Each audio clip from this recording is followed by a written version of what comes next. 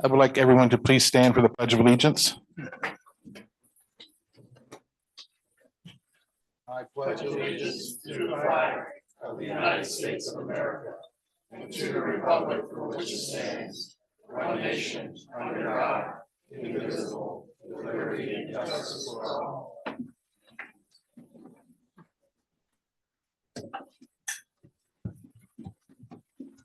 Thank you all for coming tonight. The first item on the agenda is public comment on agenda items. What I'm going to just preface this with is that I know some of you want to be able to talk about the data center ordinance, and we were going to get to that. But for right now, if we could just keep the public comment on the other agenda items. If there's any questions or any comments, if you want to come up and please talk now, there's a microphone. And when you come up, if you could please give your name and your address. Is there anyone here or online that has any public comment? Mr. Chairman, Yes. if I may, before we get started, because yesterday was Veterans Day, I'd just like to take a moment to recognize and thank our veterans that are here and also throughout the audience here. We thank you for your service and sacrifice that you've given to this country for the many years. So thank you very much.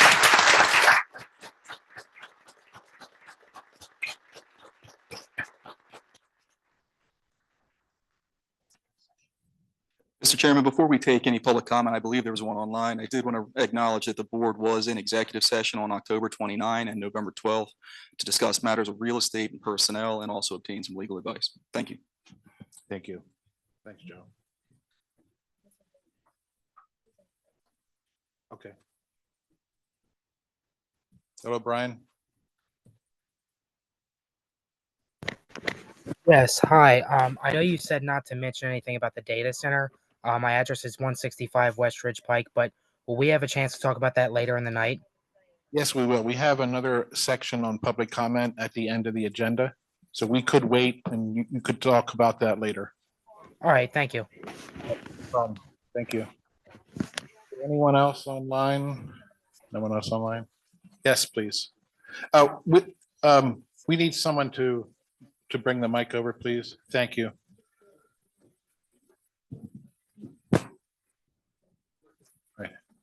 Right here. Hi, my name is Paul Bertino, and I live at the Veterans Center a couple of years now. And, all this is kind of new to me. I've never been involved in dealing with the things you're dealing with. But the one thing I know is there's a lot of impacts to the veterans and to the civilians around with the changes that are going to be happening soon, supposedly. And I just want to comment, I really feel that it shouldn't happen. It should not start. And that's my personal feeling. And thank you very much. Thank you. Thank you, Paul. Thank you very much. Are there any other public comments about the agenda? Okay. Excuse me. Yes. Are the gentlemen able to comment on the data center at this time? Just due to not being able to discuss the length of the meeting? Yes, that's going to be at the what we're going to do on the agenda here is, go ahead. Since we've already started, why don't we just let the vet speak? What I'm going to do here is we have a very short section here on the consent agenda. It won't take that long, really, it won't. And then we're going to go into talking about the data center ordinance, and we're going to allow the veterans to talk first. Yeah. Okay, first thing I want to say here is on the consent agenda. I know that we've all looked at the minutes, financials, reports. I'm just going to, for expediency purposes, throw a motion in here to adopt the consent agenda. Do I have a second? Second. All in favor? You have want questions on that? Yes. Go ahead. I have no questions, but is there any question on the motion? You got to ask that. Yeah. Is there any questions on the motion on the consent agenda? This is concerning minutes, financials, and reports. I call the question. All in favor? Aye. Aye. Thank you. The next item on the agenda is on the data center ordinance. And we're going to, and I want to preface this with, I want to talk a little bit about decorum. I love that everyone's here. I think this is, I know why many of you are here and you're concerned about the data center. And I want to make sure that everyone can be heard. When I talk about decorum, that means that we allow others to speak. And I don't want to see heckling or any lewd comments. Things like that would really bring down this session quite a bit because we really want to be able to hear a good exchange of ideas. So I just want to preface that right now. I know that everyone will. We're all adults here and we want to make sure that we can hear everyone's viewpoint on either side of this issue. I want to turn this over to our solicitor, and Joe is going to talk a little bit about why we're here. He's going to sort of frame a little bit about the data center ordinance and why we're going through this process. Joe, could you give a little bit of a input here as to why we're here? Sure. This evening, I just want to be clear what the goal is, and that is not to adopt the data center ordinance this evening, or even have the board take action on that ordinance this evening. This evening, the purpose of the motion will be to set a hearing date for some time in the future. We believe that date will be December 17th, at which time a data center ordinance could be acted upon by the Board of Supervisors. Before that time, if the board so chooses to do so this evening in setting that hearing date, the ordinance would be sent to the county in its current form, and the county would provide comments within 30 days of having received it. So just to be clear on where we are in the process as well with the ordinance itself, the Planning Commission did in fact make a recommendation to move this ordinance to the Board of Supervisors at its meeting on October 21st. That was subject to some additional revisions that they wanted to see made. Those revisions were made, and we posted the ordinance in its current format with some limited exceptions. I believe it was October 31st or November 3rd. There was then some additional revisions made, and those were posted on November 10th. Those revisions were highlighted in yellow just to provide some more clarification around some of the provisions of the ordinance. We did receive comments from an attorney representing Pennhurst Holdings requesting to address certain provisions in the data center ordinance as drafted. They thought they were going to be here this evening and have their professionals prepared for those conversations. In fact, they needed a little bit more time, so they asked to appear at the next board meeting, which would be on December 3rd. So on December 3rd, the Pennhurst Holdings folks will most likely be here to raise some questions that they had about the ordinance as drafted. The goal, again, if the hearing is set, is to also provide the required advertisements for public notice. If the board authorizes the hearing this evening, then the first public notice will be published in the paper after the December 3rd meeting. And then the subsequent week, there will be a second notice published. So that's where we are, Mr. Chairman, with respect to the data center ordinance. I want to be clear, there is also a conditional use application that Pennhurst Holdings has submitted to the township. That application has been deemed to be administratively complete as of October 15th, on its submission as of October 15th. The applicant has granted an extension through January 31st for the first hearing to be held on that conditional use application. So there has not been a hearing scheduled. If the applicant does not grant further continuances, a hearing will be scheduled on or before January 31st. So to be clear, a land development application, a conditional use application, that is not at all before the board this evening. A application for Pennhurst itself is not before the board this evening. And even if this board were to approve a draft ordinance, that ordinance would not be an approval of any plan or submission that the applicant has made. Thank you. Thank you very much. And I just, Folks, go ahead. silence your phones, please. Yes, please. Joe, I just want to continue on that a little bit because I want to stress this to the public about what is an ordinance, and if you could I know you've already explained that this is not an approval, but could you just explain a little bit about what an ordinance is? Sure. In this context, we're talking about zoning. So every municipality in Pennsylvania is permitted to have its own zoning. We call that Euclidean zoning, just after the city of Euclid case coming out of Ohio. What you end up having is a bunch of municipalities that have distinct zoning. Sometimes they enter into planning groups. This township has not. So what that means in short is that each township has to provide for all of the uses that could be conceived within the borders of its township.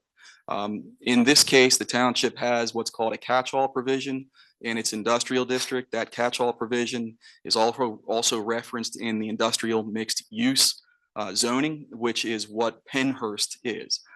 It's in the industrial mixed use zoning. As a result, because of that catch-all provision and not having a specific zoning section addressing data centers, the data center falls within that catch-all provision and can in fact go into the Pennhurst property today, along with other permitted uses under a planned commercial development, which is again permitted in the industrial mixed use district right now by conditional use. As a result, that was the conditional use application that the applicant submitted. But for purposes of understanding what zoning does, it provides the guardrails upon which or under which a development can occur. So right now it's a little bit more wide open under the township's code as is. The purpose of this data center campus ordinance would be to provide more guardrails and more opportunity for controls if a data center were to be proposed. So just to frame it a little bit differently, if I were to say to you, an ordinance or passing an ordinance is not related to land approval process or an approval at all, would you agree with that? Or would you like to frame it a little bit differently? No, it's not an approval at all. It is not a land development approval. And again, in this particular circumstance, it's not providing a by right path to approval. It would be, this particular ordinance would be by way of special exception. So the applicant, if this ordinance were to be passed, would have to go to the zoning hearing board. The zoning hearing board would hear that matter. The township and any other affected person could become a party before that proceeding. And even if that were to go to an approval process, there's a second step where the applicant would have to come back before this body, before the Board of Supervisors for land development. Thank you. I'd like to, before we have the veterans talk here, Bob, I would like you to just, could you tell the public a little bit about the process that we have gone through and why we as a township, especially this township, have gone to great lengths to have a lot of involvement. Could you talk a little bit about all of the voices that were brought in here to talk about how we put together this data center ordinance and just talk a little bit about the effort and the time involved and things like that, just so that everyone who has not been part of the process, so they can understand that. Thanks. Sure. The process began back in May of this year when it started to work its way through, when we were made aware that potentially in the governor's budget for this year, there might be some items attached to the budget that may take away the township's ability to zone, to make any zoning on that particular property. The Planning Commission has reviewed this on numerous times. The EAC, East Vincent Advocacy Group, residents' comments through the town hall meetings, which I think have been very helpful for the board to listen. A lot of those comments have been included in this ordinance as it sits today. Our state senator, our state representative have appeared at these meetings to make comments in regards to these and to listen to through their experience. The Board of Supervisors, the township professional consultants who have weighed in on this, township staff. We had a small working group of residents and members of EVA, the board and staff, emails from residents, phone calls from residents, stop-in from residents. We've taken all under consideration for this ordinance. And again, just to reiterate, the process has been open and this ordinance does not provide an approval for data centers. So I know that there's been some misconception. I know a lot of questions, especially in the last week. We've had a number of residents stop in and say that if this ordinance is passed, whenever it's passed, does that grant full authority for a data center to be built? And that's absolutely not true. It doesn't. They still have a long road to go to get approval for this, which my guess is, and Joe, correct me if I'm wrong, we're going to be through this one based on what we see tonight here. I'm sure all of you are going to be participating in those meetings and the hearings on that. I think probably a year and a half would be a hopeful process, probably, to go through this. And then there's a lot of other approvals that need to take place. So they have a long way to go. And I know that, I know I got to watch what I say, right, Joe? Yes. But it's going to be a challenge for someone to build on this site if we see these regulations go through. Sorry, Joe. Sorry, Joe. That's what I have. So where I'd like to go next on this part of the agenda, I would like, Kathy, if you could, if you have the mic, oh, you have the mic, great. If we could hear from the veterans who are here tonight, they're in the front row. Yes, my name's John J. Coyle. I've lived in this area for 30 years, and I call home the First Veteran Drive.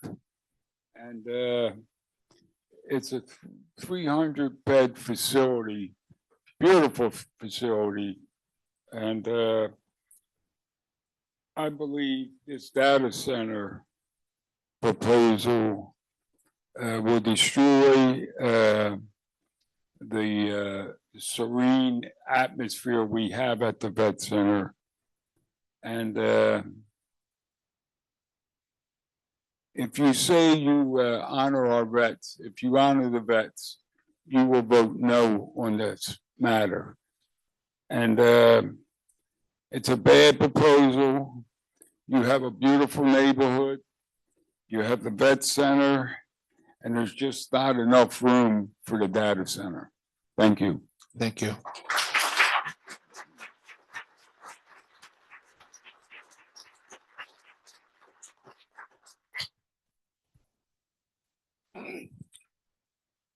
I'm Paul Leroy Boyd Jr. I'm a Air Force veteran from the Cold War. I was stationed over in Europe for 3.5 years, where I was a crew chief on a jet fighter, and wherever it went, I went when it broke down and fixed it. One thing I'm a little bit disappointed about starting this committee up before I even get into the data center is that why did we not have any sort of prayer before the meeting started? We had the pledge allegiance to the flag, but no prayer. Are we still not? Are we still a nation under God, or aren't we? That's it as far as that's concerned. But I'm also disappointed about the dentist with the things that's going to happen with it. And I like to walk around International or Independence Park, and during the spring and the summertime, we got a nice little herd of deer going around there. And plus we got rabbits and squirrels. We got a couple hawks. I'm worried about what's going to happen with the wildlife with all this extra stuff going on. No, that. I mean, we have a veteran in our place that's 102 years old. Now he did not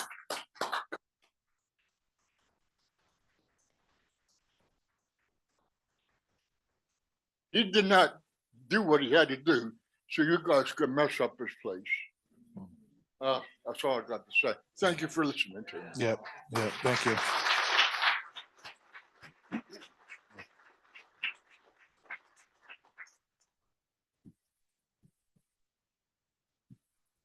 Yeah, once again, Paul Bertino here.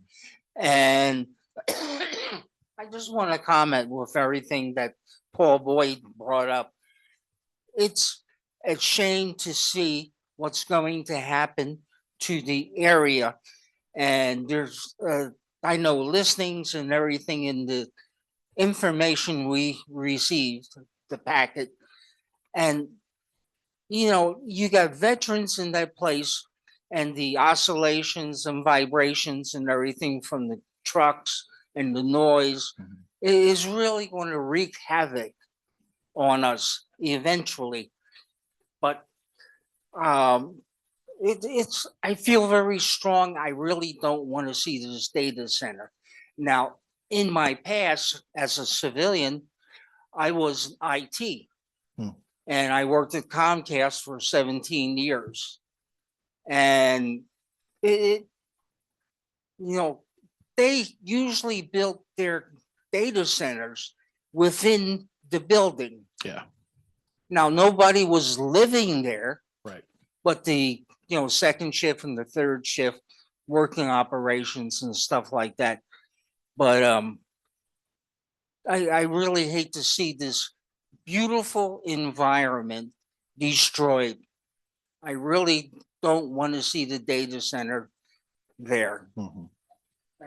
Thank you. Thanks, Paul. Well, my name's Steve Becker. I lived at the Veterans Home for quite a few years. And the thing I'm concerned with is the noise level. We was told this is going to be a lot of noise 24/7. And that's going to bother a lot of these older vets with PTSD and stuff like that. Plus, I'm concerned about the wildlife population. I like to sit out my bedroom window and watch deer in the evening. That's going to hurt that a lot. And it just, I hope we don't do it. Thank you. Thank you, Steve. Thank you. Yes, my name is Donald Hyman. I live at the Veterans Center, been there for over a year.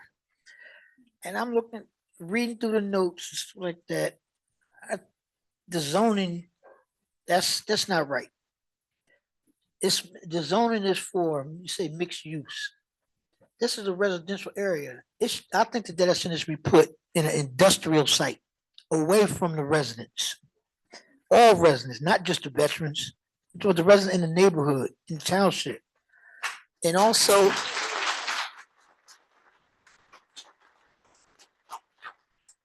they still, they haven't completed the contamination process yet for the ground. So, like I said, when you start bulldozers and tractors and all the noise and machines come in, that dust and stuff gets in the air, and I'm worried about the health of like the animals and, you know, ourselves. I mean, I have issues with liver, kidney, you know, had congestive heart failure. So all this stuff contributes to not getting better. That's what I'm trying to do, get better in a peaceful, relaxed setting, and, you know, to enjoy myself, enjoy life. So I think all the people with the big money and stuff like that that want to move in and stuff like that, they just need to go somewhere else.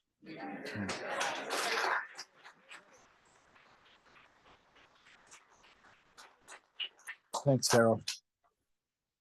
What I'd like to do here, I want to bring up people from the audience, but I'd like to just address a few things. There are some things on the environmental side that the ordinance is attempting to address. And again, we had lots of individuals involved here. What I'd like to do is to Joe, I know I'm going to bring you into this many times. I'm just going to give you a summary of some of them.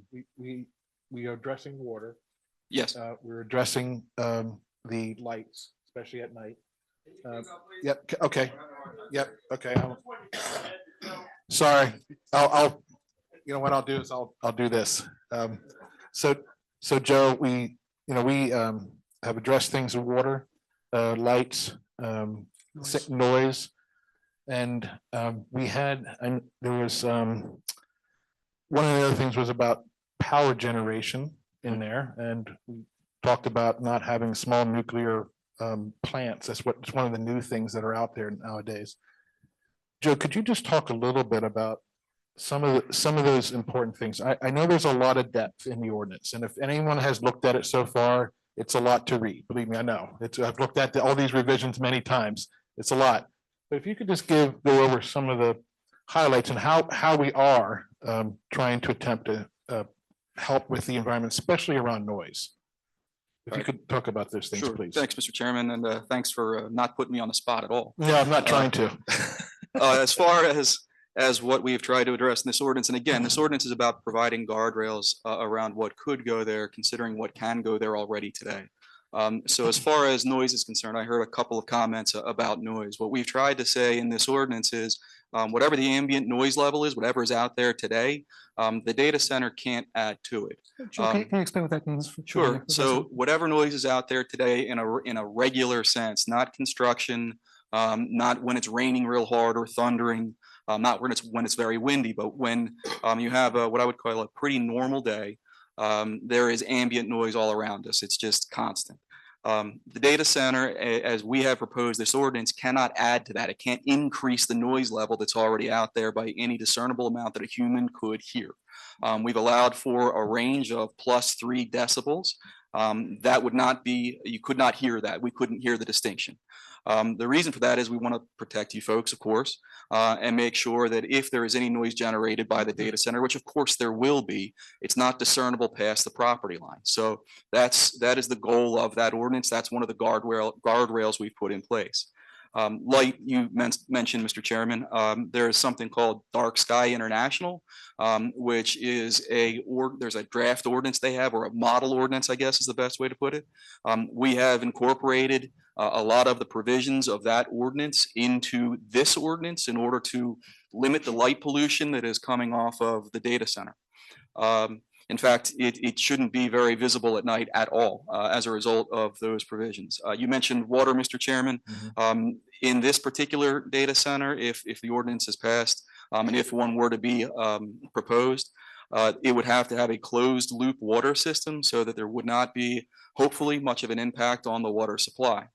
You had mentioned I'm sorry, gentlemen, one of you had mentioned the environmental condition of the property as it exists today, and the fact that there might be some remediation that is required. That's right. We've also, in the current version of the draft, required a phase 1 and phase 2 environmental study be provided to the township. And through those studies, that would identify any environmental contamination on the site. And through existing state and federal regulations and laws, there would have to be cleanup of that before anything could be built there or capped or whatever it may be in accordance with DEP and EPA standards. So there wouldn't be earth moving before that cleanup occurred or before those issues were addressed. Thank you very much. Thank you. And thank you, Mr. Dracup. There are concerns we understand about height of the building or buildings that could be part of a data center. Under the proposed ordinance, the height limitation is 50 feet.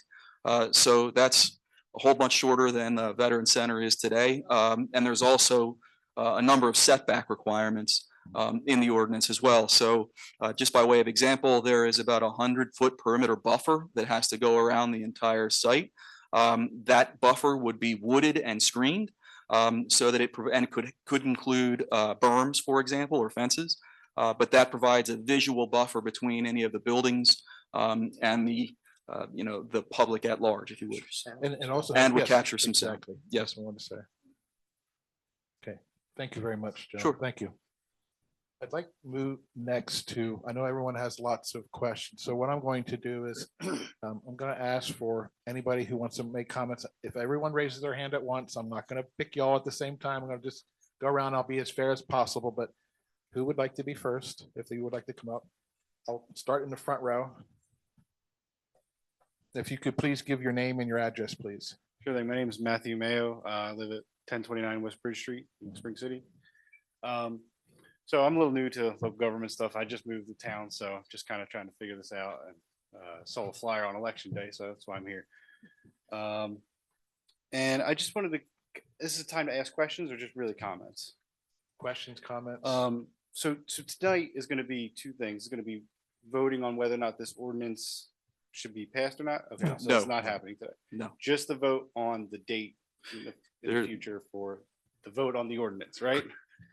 I think that's right. Okay. Yes. So there'll Today be is a vote for the date to vote for the ordinance, right? Tonight is a vote to set a hearing date for the ordinance, which most The short likely answer will is be yes. December 17th. Yes. Thank you. Yes. Okay. And then the ordinance is just, right now, you say it's mixed use, right?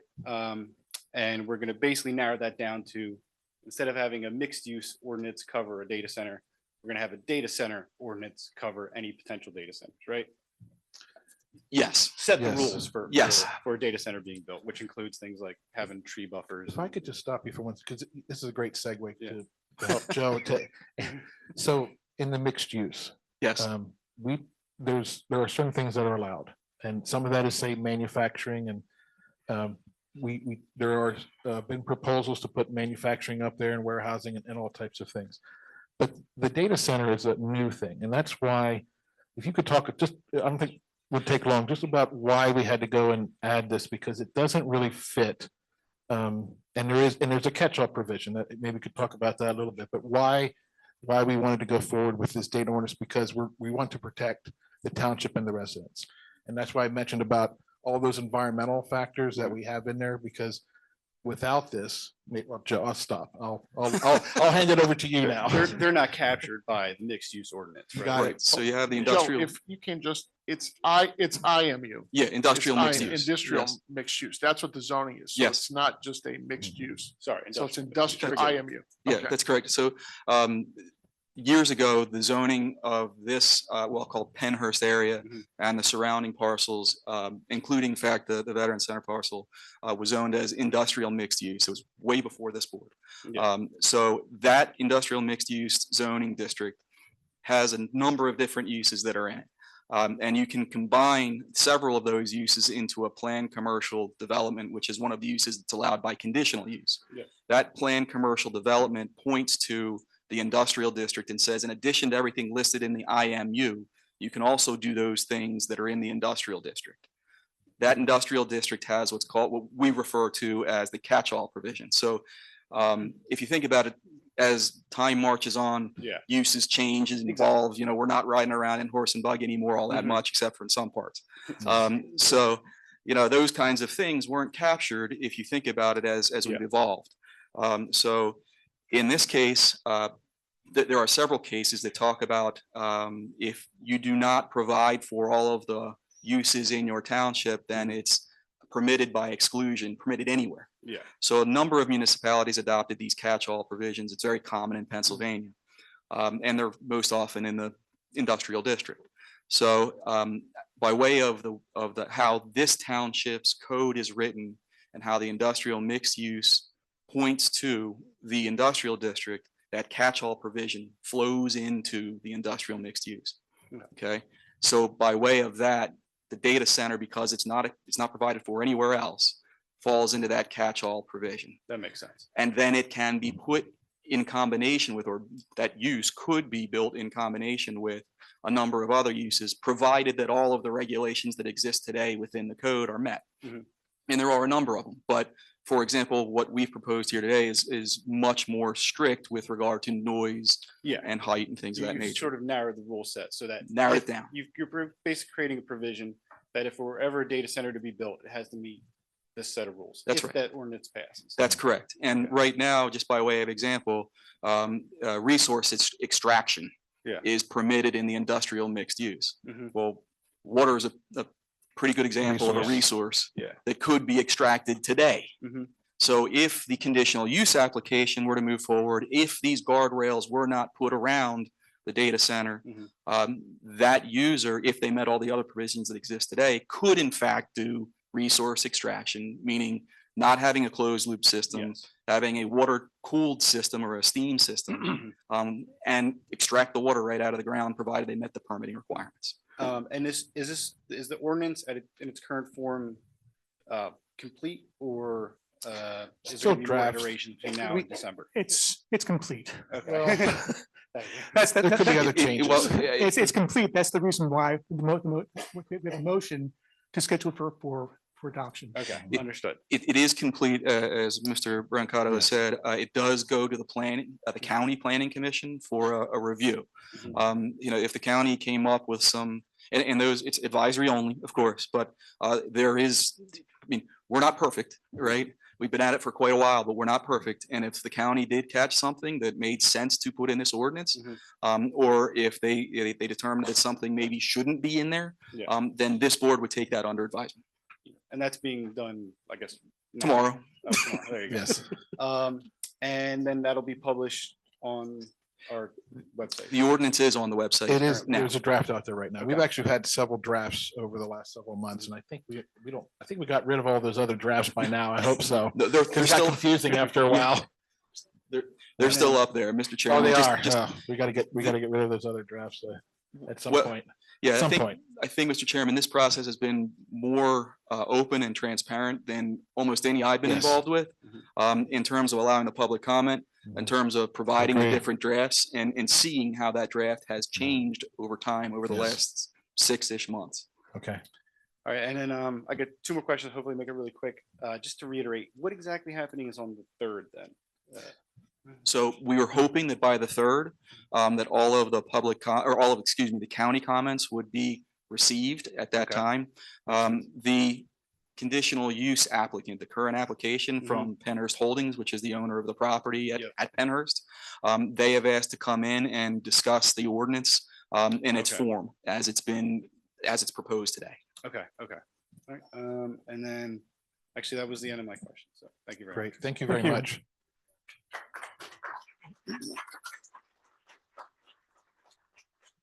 Is there anyone else that would like to come up here? If I could see some hands. The gentleman in the back there.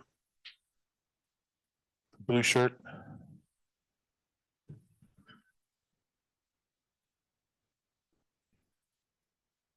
Thank you. Sorry. Thank you. My name is Charles Baker. I live at 420 Winding Stream Road in Thank you. Spring City. And I had just like couple of things I wanted to talk about with how these data centers can impact communities in towns where it's already happening, and how some of it's pretty apples to apples to where Penhurst is. But I had a couple questions based off the discussion that was just had. The conditional use January date, is that sort of when the township has to like be proactive ahead of to get something in by? Yes, Okay. yes, there would have to be a hearing advertised before that, but the hearing date would have to be by January 31, unless the applicant granted an extension of time. They've already granted one extension of time. So But yeah. So if the industrial use zoning is catch-all, could we do an exclusionary based zoning where it's effectively catch-all, but the framing is different? And that only the things that are excluded are not allowed and anything else would be? So you take effectively the same wording as catch-all, but you make it manuscript. And you add a few other things to put exclusionary based wording in.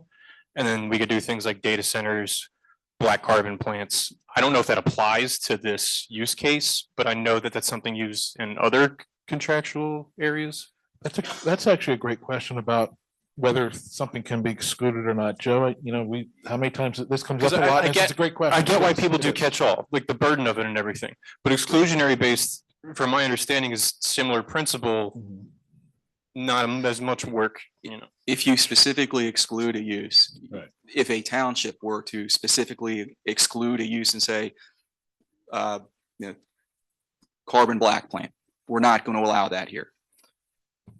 That opens the entire township up and the entire zoning code up to a challenge. Because if you exclude something like that, just flat out exclude it, there are cases out there that say you really can't do that. You can exclude things for other reasons.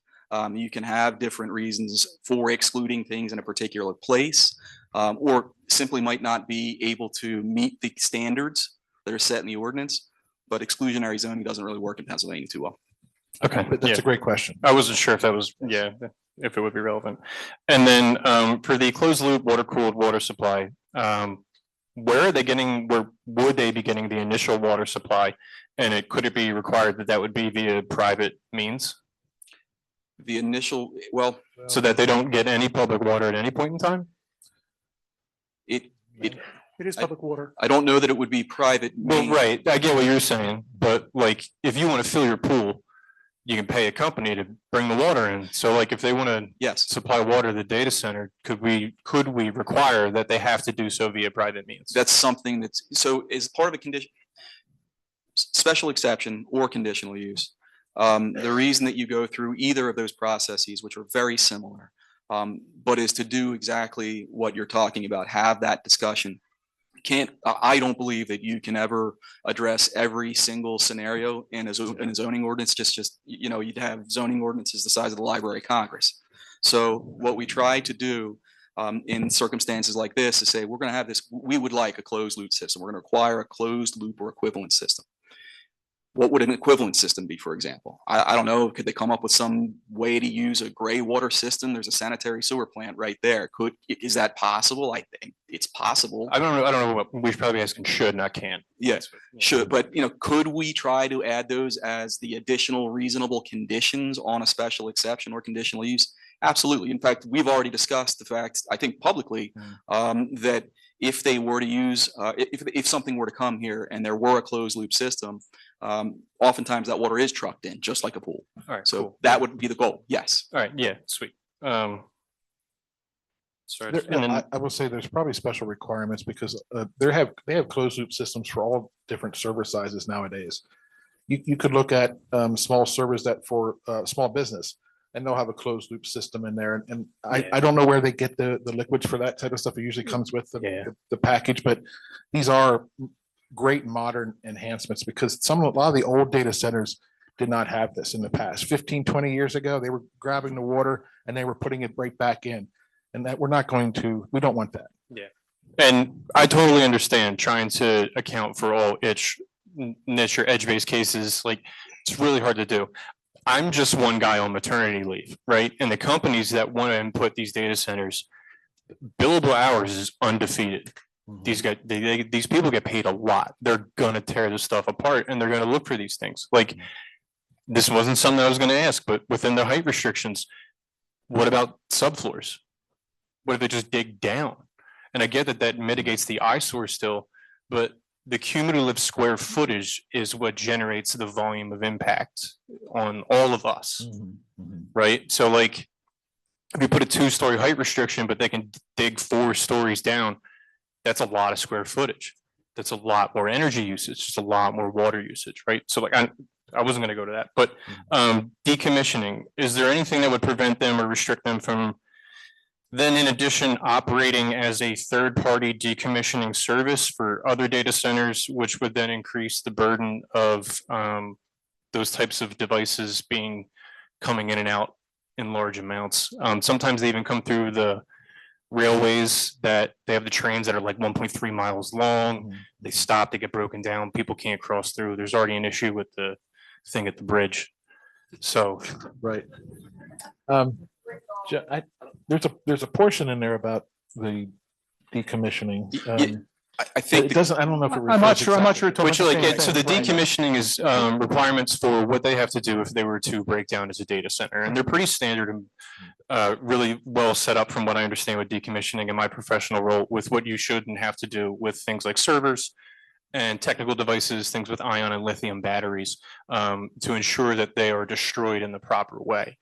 If they have extra space and they deem that they're able to generate a certain revenue and a profit margin on decommissioning, what's to stop them from then offering that as a third-party service to other data center companies to say, hey, we'll help you decommission your stuff. We'll break down those devices, send them here.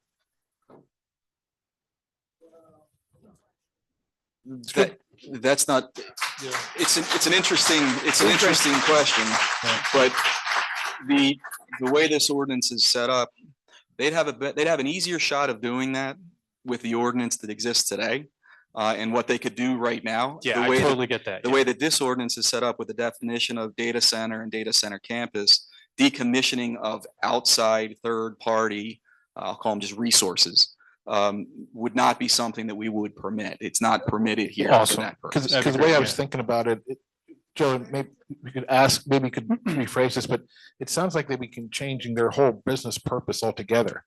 And I don't know that, and as you said, it could just be in a way, yeah. But it's also like it could be a service-based operation of the revenue generation. You start with a definition. The definition that the ordinance defines what a data center is.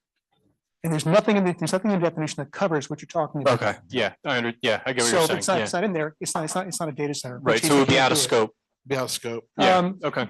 It's not permitted. Okay, and I do want to say before I, continue with the couple of things that I wanted to raise from here, that the general impression I get as someone that's new to this is the ordinance that's going to be put in place is to hopefully prevent or mitigate this from happening. Well, no, hold on. We Can't use we the word just talked- prevent. we get- Yes, or exclude. We were just. as All you- right, so we just talked mitigate? About that. Is that Mitigate certain risks. perfectly legal, perfectly cool, or Yeah, no? but Mitigate ahead. risk, yes. All mitigate right, risk. mitigate the risk of it existing? No, No, Not that, okay. All right. I do like the I'm three eating time, attempts I'm you eating made time, there. I'm sorry. Yes.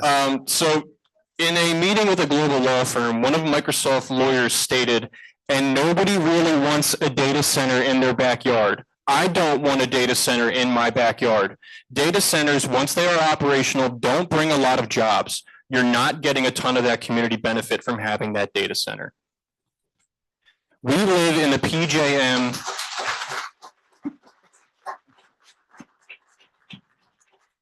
We live in the PJM interconnection. It is the largest power grid in the world, covering 13 states and 65 million households. After 2024, PJM had a capacity surplus auction because we are at the point in our infrastructure where we are able to produce record levels of energy. However, the demand from data centers still surpasses that.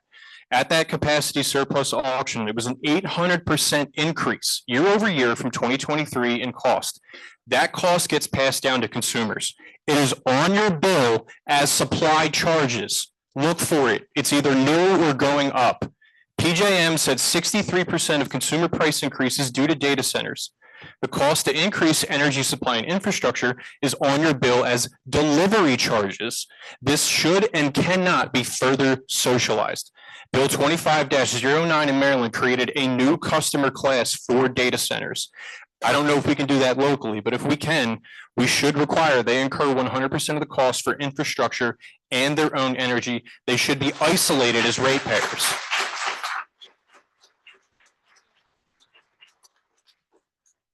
Steve Hacker was quoted at prior meetings in the Mercury, and for reference to my next points, the Hacker's house is approximately 700 yards from where Building D would be.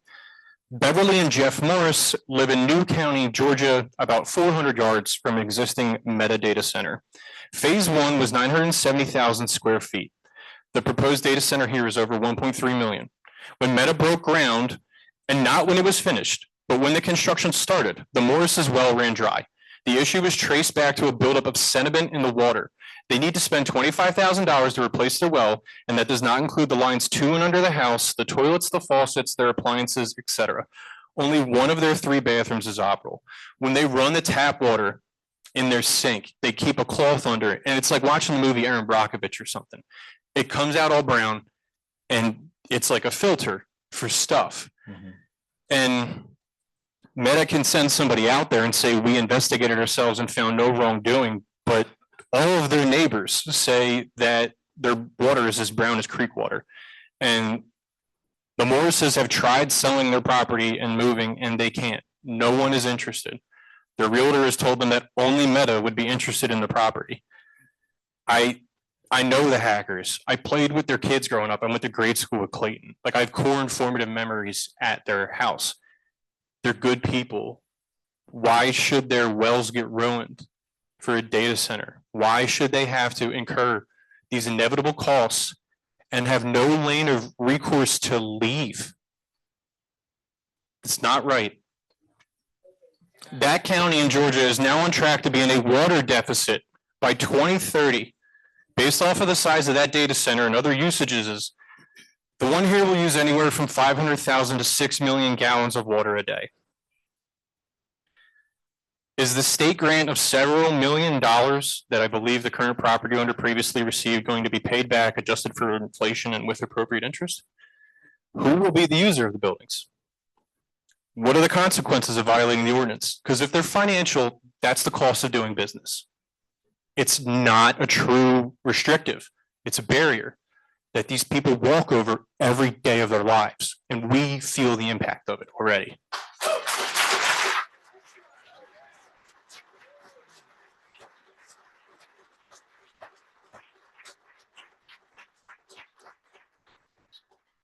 I can't thank everyone in front of me enough right now. Everyone has looked at me the whole time with both eyes, and I felt nothing but genuineness. So I want to thank you for that. And I hope everybody behind me hears that, because there's a lot of people that are going to come up after me. Yes. And like, I genuinely feel that you care right now. And I wanted to come up here with empirical information. I appreciate you letting me ask questions. I'd like to ask a few rhetorically and have my mic drop moment. Can we change the zoning again? And if not, can we all ask ourselves why? For who? For what? So people can ask ChatGPT to write a grocery list?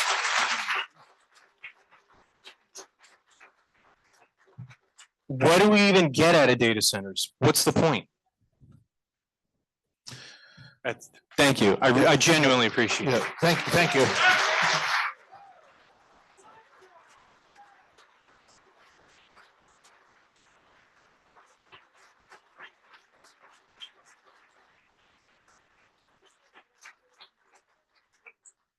Okay, who would like to go next? Steve, yes. The aforementioned Mr. Hacker. He was just talking about you. Take this opportunity. I'm Steve Hacker, 881 Brown Drive.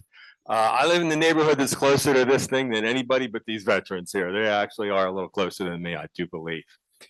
Also, my well ran dry last year. So did my next door neighbor who's in the back row too. Next day, ran dry. So this is a very real concern. I want to ask another question now. I was going to wait till a little later, but I'm going to do it now. I think you're confusing people with all these dates that you're throwing around. Now, I thought we would be voting on you would be voting on this ordinance here. Now you're telling me you're just setting a date for the ordinance? That's right. Yes. Okay, that date will be December 5th. So say it so everybody can hear it. No, December 17th. December 17th. Okay, so it's my understanding that Penhurst LLC, when they put in their plans, the supervisor had to answer them within 60 days, whether they could build or not, right? Start this. No, That's not true? they had, no. First of all, the conditional use application is not about the building. There's still a land development application that would have to be submitted after and if they receive conditional use approval. That's one. Two, yes, the 60-day time period is what the township has to hold a first hearing on the conditional use application. They, the applicant, Penhurst Holdings LLC, granted an extension of time, which they are permitted to do under the municipality's planning code, to give the township additional time to act on that application or hold the first hearing. So Wait, hold on. So Does the township request the extension? no, they gave it to us. They being Penhurst Holdings, gave the township the extension of time. They didn't ask for it? Okay. Who is they? Who We're were just talking about decorum. Just one person talking. So, at a Mr. time, Hacker, please. just to be clear, Penhurst Holdings LLC gave the township an extension of time to January 31 to hold the first hearing on the conditional use application. There will be no vote on January 31st. That's just a hearing. There will be no vote if and when a hearing is scheduled. My guess is that hearing will take way more than one night. I would think, yeah. Particularly in light of what's here. So no, there would not be a vote on January 31st on the conditional use application. Okay, so you've told us in previous meetings that because he turned in his application before this ordinance was in effect, he didn't have to abide by that. Does that change now? No. So the ordinance is great. It sounds great, doesn't it? He doesn't have to abide by it because it's not in place yet. Now you understand the rock and the hard place that the township supervisors are between. Well, we're and you in the will. same place. In fact, probably you so more than anyone. So yeah, so really the important thing for us to do is to prevent this thing from being built because he doesn't have to abide by what you're about to do. But Understand the position, but please keep in mind, Mr. Hacker, that right now, under the conditional use provision, it could be built if he can comply with the terms of the existing ordinance. Well, I do understand that, but it's almost like you're throwing your hands up saying we have to allow this. You can vote no. He could sue, obviously. Sure. He could sue and take it to court, but you can vote no. Don't act like you can't do that. They can vote no. Yes, Please, they, by please, them, I mean that. please keep this in mind. Yeah. In a conditional use proceeding, this board sits in a quasi judicial capacity. They cannot tell you right now how they would vote. I know. Or what action they would take. If they Right. did so, they would be prohibited from Right. participating in that proceeding. Right. So just please bear that in mind. Joe, if you could just add though, because would like to hear it clearly. The board could vote no and deny the application. The board could vote no to deny the application. Yes, Perfect. they That's could. it. They just Perfect. can't talk about it I agree. at all right But they now can't. or render any opinion right now. Right. I mean, it could lead to other further actions and everything else, but it's not like, it's just like they have permission, or it's not like he got it in time, that it could be voted yes on. It could be Could be voted correct. no. What he got, let me put it this way, the application that is currently in the township today, under the existing ordinance, gets to move forward under the existing ordinance. It could be voted down, it could be approved, but all of the conditions that have to be met or those conditions that are in the existing ordinance today, the additional parameters that this board is attempting to put on whatever could go there by way of this draft ordinance would not be part of the conditional use requirements. We probably would require a lot of these things, or this board would probably at least try to get a lot of those things, but they can't speak to that right now. Okay, I'm not asking them to. I'm just asking you to, right now, please just say dates, the 5th, December 5th. No, December 5th. No, December. There is nothing in, there's no Excuse me, supervisors meeting the 5th?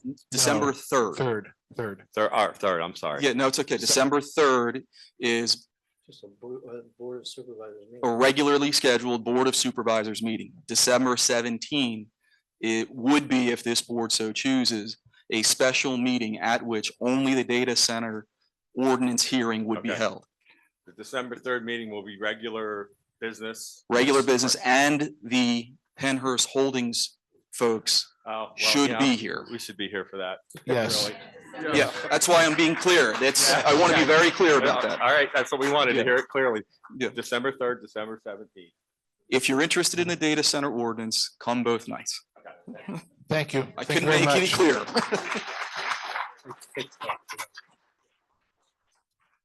Representative Friel?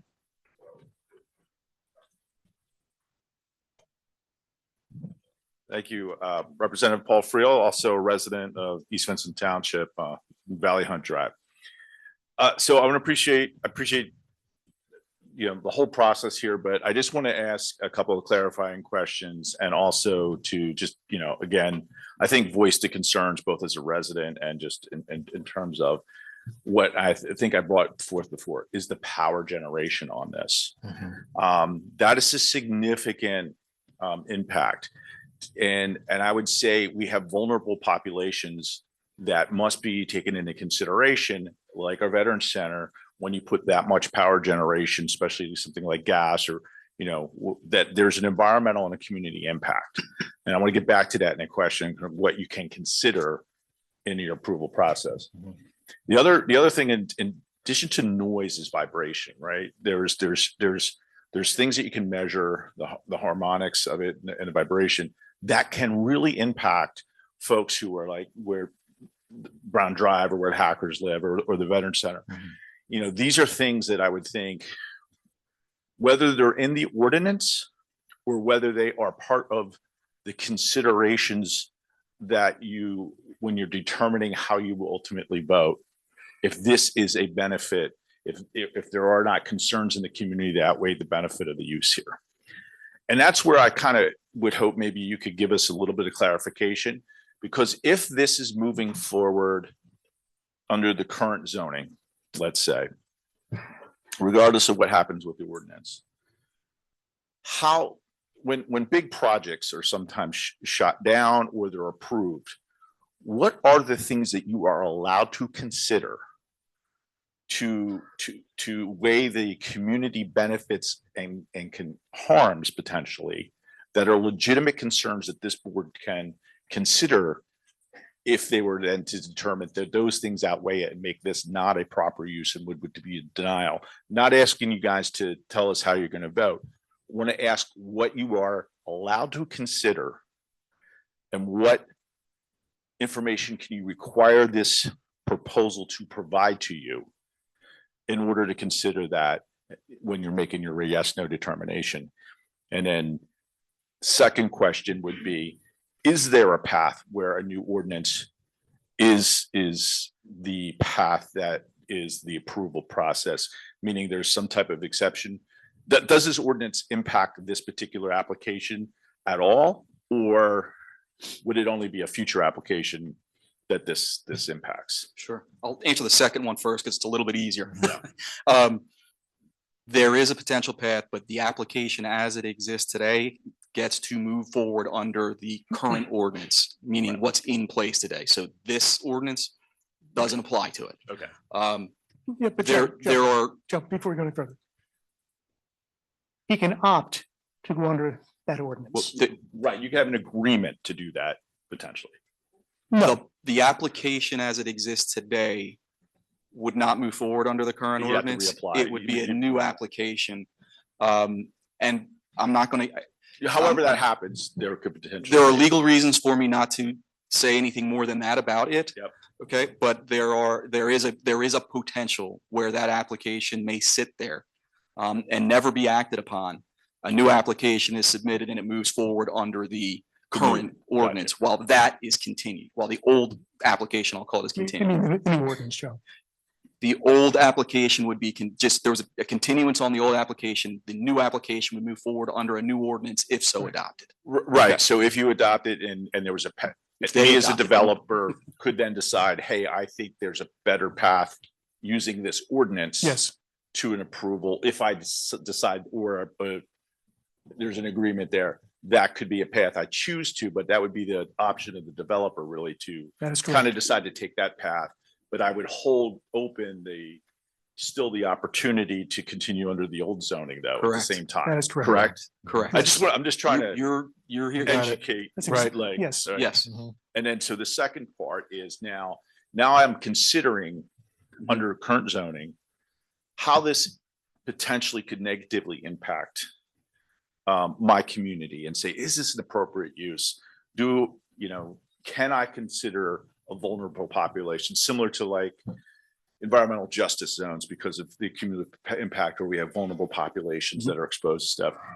What's allowed to be considered when you're making these determinations? In a very broad sense, anything that is an impact to public health, safety, or welfare can be considered. So yes, you can consider, of course, things like impacts on traffic, impacts on roads, infrastructure in general, services. But not only those things, also environmental impacts. You can impacts on the surrounding population for noise, vibration, things of that nature. So all of those things are considered. And then there are opportunities for the applicant to mitigate or try and mitigate those concerns. Just by way of example, under the current zoning code, the noise levels are much higher. I think it's 65 decibels plus than what we have proposed. We could still, or this board could still consider under the conditional use criteria, the fact that the Veterans Center is very close by and that population should be protected from noise. And perhaps there could be conditions that are lower than what are existing in the ordinance placed upon it. All of those things can be considered. It's a matter of, do you get to a place where the mitigation is both reasonable and effective? And if it is, then the project gets to move forward. And once that project gets through a conditional use process, it's only on the use itself. It doesn't have anything to do with the construction or the land development piece. They then would have to come back before the board and go through a land development process and address all of those additional things like stormwater, constructability, impacts of construction, traffic, all of those types of things. And the Board of Supervisors is making the decision on the mitigation. Is it acceptable to move forward? Who's making that determination that the mitigations have now sort of satisfactorily you know, met my concern. In a conditional use process, the Board of Supervisors does that. In a special exception process, the zoning hearing board does that. And then last question is if a large facility like this could significantly tax local EMS, first responders, it might even require special equipment with the type of equipment that's in a data center or a power operation. Will either the ordinance or existing zoning require any financial or on-site, like fire safety people, you know, or something to be put into the township? Or is that going to be the township's responsibility to bear the cost of that? It's not specifically addressed in the conditional use process that exists today. However, if I had to hazard a guess, and I would think that the board would certainly consider that to be consider it as to whether or not that is a reasonable condition to place upon any approval. Under the special exception ordinance, the draft ordinance, there are provisions in the ordinance about meeting with or having a plan in place, an emergency response plan, and understanding what equipment would be required. And I would guess that would be, again, a condition that could be placed on any kind of approval. So I would hope that the applicant and not the township would bear that cost. Thank you very much. I'm going to take my state hat on, just put on my resident hat for 1 second. And since I'm not going to ever sit in a quasi judicial role again, I get to say, hey, I do not think this is a good use for this facility, especially where it is. So I'm a no. Thank you.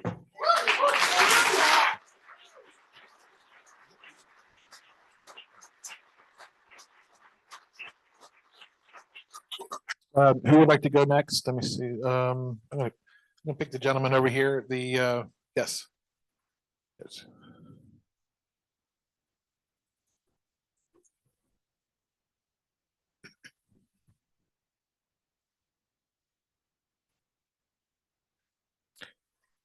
Minutes later. So could you please give us your name and your address? Please? Yeah, my name is Curran Kneebone. I live at 628 Chestnut Street, across the river in Royersford. Okay. So but my house does fall within about a pretty close range of the proposed site. Couple things we were just talking about as far as different limitations on the site. One thing that just came to mind, I know we were talking about sound issues.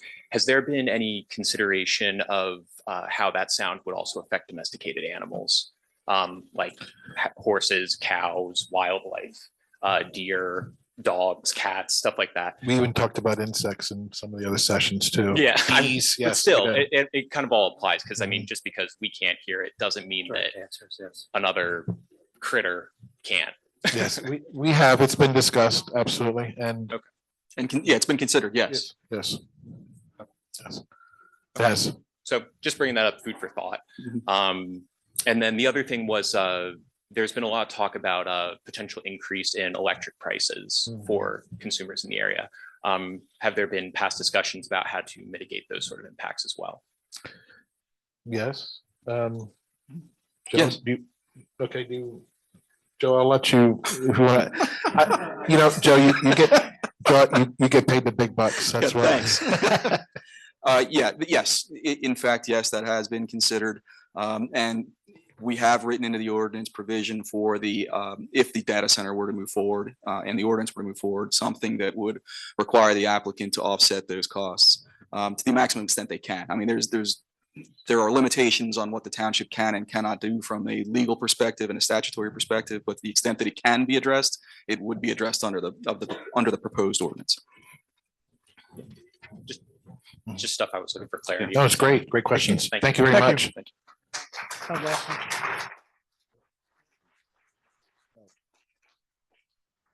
Yes, right here. Yes, please.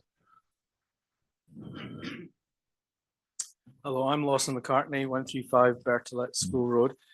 First of all, thank you very much for doing this and having all these great folk here. I think it's really a useful process.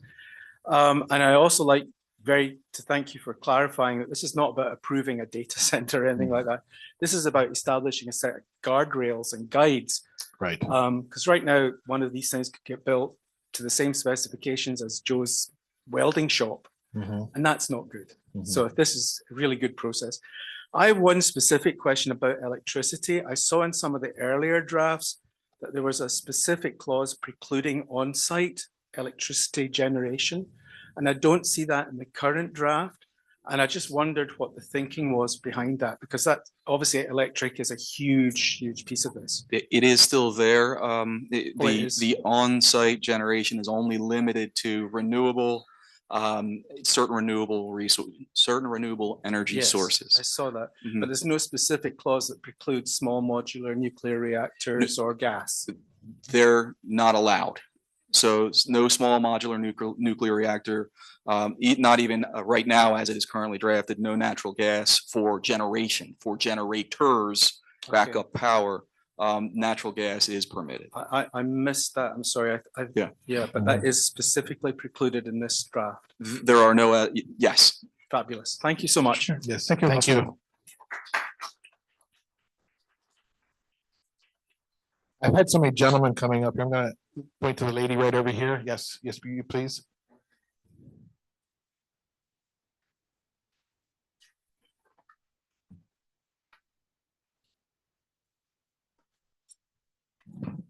Hi, Joanna Benelli, 670 New Street. I just kind of wanted to talk about the air pollution. I know I mentioned it in another meeting as well. In the ordinance, I just want to make sure, does it state that they have to use non-diesel generators? Is that correct? Yes. Okay. So I don't know if any of you have children, right? I have a 4-year-old and a 13-year-old. Both of them have severe asthma. I'm going to tell a brief story because I don't know if you've ever had any of your children have a medical emergency, but I think it's something that if the data center is put in, I think it's something that we'll see more of. And I think people need to really understand the reality of this. One night, my husband and I were sleeping and we heard my son, who was 3 at the time, crying and coughing. It didn't sound normal to me. He does cough sometimes at night, but it was different. So we ran into his room and he couldn't talk. So we started to get his asthma medication ready. As I was holding him in the bathroom,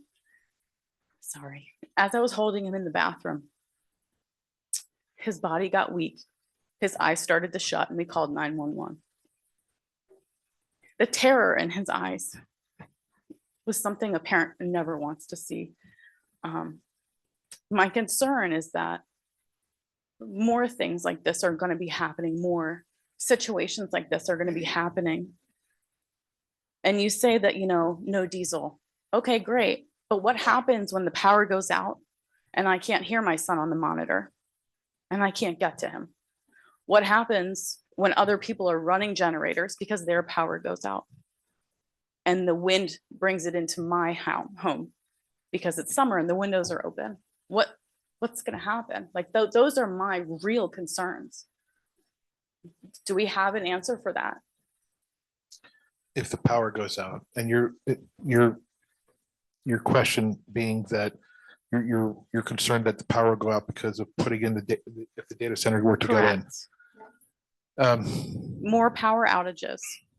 And that means more people are going to have to purchase generators. Some people can't afford generators either. Like, might I add that?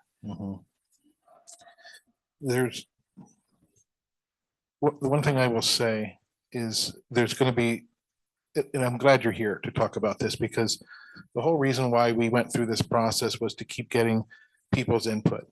The result of this could be that there'll be a change to the ordinance, not the one that potentially could be voted on the 17th, but later there always can be revisions. And so what I would say is those revisions could address things as far as power generation, for example, and some people may not want to hear that, but it would address other people's concerns about power going out. If for example, power generation were to be allowed on the site, for this facility. So that is one way of looking at it. The other thing is not, all these concerns that would be coming up here, like as you mentioned, this power going out, that could be one of the voices that could change things as far as whether this facility would be approved or not approved. But again, the reason why we ask you all here, and then we've asked everyone to be involved in this process, is to hear your voices. And we think about all this and then we consider it. You know, what do we do? Do we change the ordinance? Do we make it better? Do we address these things? And how do we mitigate the risk again? So I would just say that please keep coming, bring up some of these issues and we can get them addressed, especially come here on the 3rd, because the applicant should be here. And it'd be good for you to talk about some of these things. And then there will also be the time when we consider this ordinance being approved on the 17th, if we go forward with that date. So let me just add that I don't believe strongly that there's anything that you can put in the ordinance that will prevent these things from happening. And we're not talking about, oh, the power goes out. I think you misheard me. My son's life, other people's lives. Breathing is a necessity. Power, you can live without for a little bit. Breathing, you can't. Okay. And I know I'm very passionate about this, and I hope you don't take it personally, but that's the reality. That's all. Thank you. Thank you.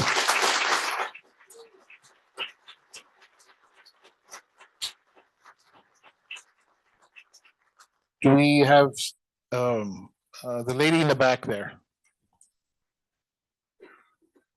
Take one online while they're making their way up. To the next one. Yeah. Oh, some over here. Okay. Thanks. Hello, Hi. my name is Danny Marcellus. I live on 883 Brown Drive. Thank you. So first I want to talk about water. So data centers use about how much water a year? Well, Expert guy? I'm definitely not the expert guy, Okay, well, that's good to know. but not on that anyway. I mean, I but, did, easy Googling says hundreds of millions of gallons a year. And my understanding is that it varies dramatically depending upon what the cooling systems are.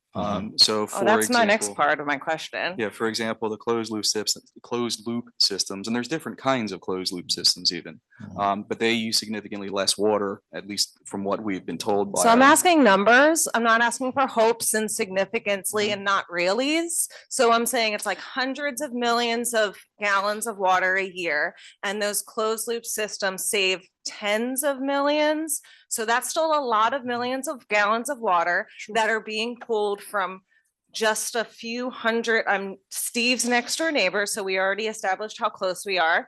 So my question is is that enough? Are we doing enough to actually be protecting us from these things happening instead of just hopefully this is enough?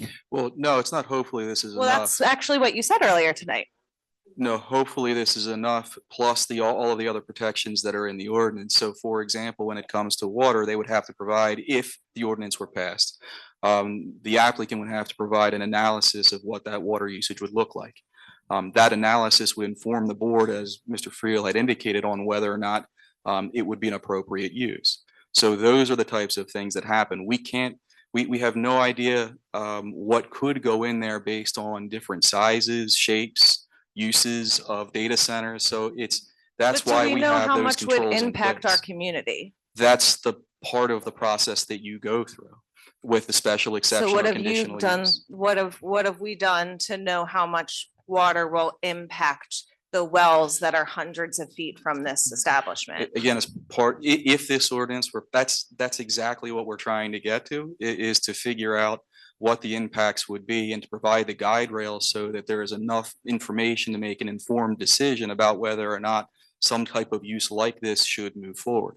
So the conditional use application, the existing zoning, doesn't provide those guardrails right now. I understand. This Yeah, we keep ordinance would. circling the same things, but all I'm saying is you keep circling about this conditional use and it doesn't protect you, but we're going to protect you now. But I'm saying, I don't actually think you're doing enough, because if you do any type of research at all, everybody says that this is an exorbitant amount of water. It's literally incomprehensible to me and you. So what are we doing to know how much water will actually make my well run dry for a second time in 2 years?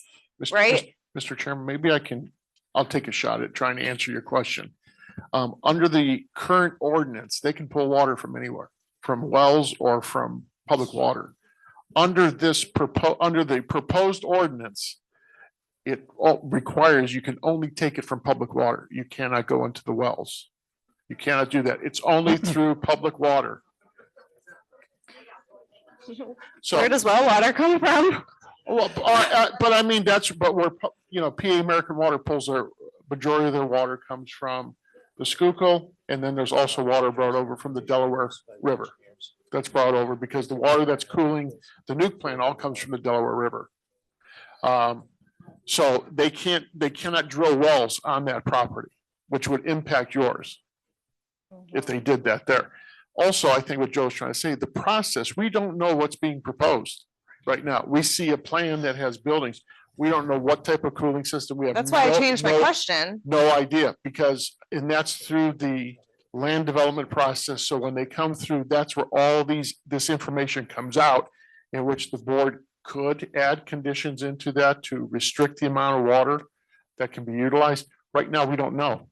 You basically we're guessing at, because other people do that. We don't know what they're proposing here through the process. Right. That's what, but we will find out once they come with a concrete plan, go through land development to say exactly what are they using. Well, just to clarify, even before land development, there's a condition, as part of the conditional use or special exception process, the applicant has to provide that information. That information is provided through professionals, and then the township has its professionals, its engineers, its consultants that Are you would guys using review different professionals or the same professionals? different professionals. Okay. They would have their professionals, the township would have its professionals, different folks. And that information would then be reviewed. And hopefully, again, we would have enough information to figure out what is being provided or what is being proposed. If there's not enough information, then the applicant would have to provide more information. So there's a very rigorous process where that information, whatever it is, whatever the detrimental impact concern is, that information has to be provided. And if that concern or detrimental impact cannot be properly mitigated, there's no path to approval, if you will. So that's really what the process is supposed to provide. Okay, so I still feel like you were still answering the question as asking how much water are they going to use, but I changed my question in who's finding out how much water will impact us? You don't have to answer that. No, I'm sorry, if I'm not being clear, I apologize, but that's that fine. would be part of that water analysis. Okay, sure. So can we talk about sound? So the ordinance is now at 50 decibels at night? No, it's ambient noise. Right. So you're saying that you're going to tell these massive data centers that they can't make any more noise. So you're promising me that from 700 feet away, when there's 5 buildings that are emulating so much power that I'm not going to be able to hear that? Because have you been on Brown Drive at night? Yes, It's quiet sometimes. sometimes, but you said during ambient noise is not the sometimes, is the usually. Yes. So it's a quiet street. So Yes. how are you telling me that 5 buildings aren't going to be heard from my house? That's under the proposal. That's what the applicant has to prove. All right, well, I'm going to reiterate one more question that was said earlier today. And if this ordinance has to, or apparently doesn't have to be followed, like, we're talking about billions of dollars that these people have. So what is to say that they're going to get a slap on the wrist and they're going to do it anyway? So how is that you guys protecting us?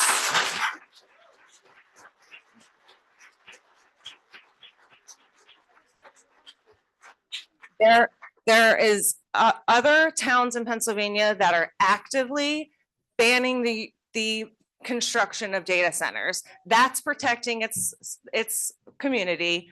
This is not.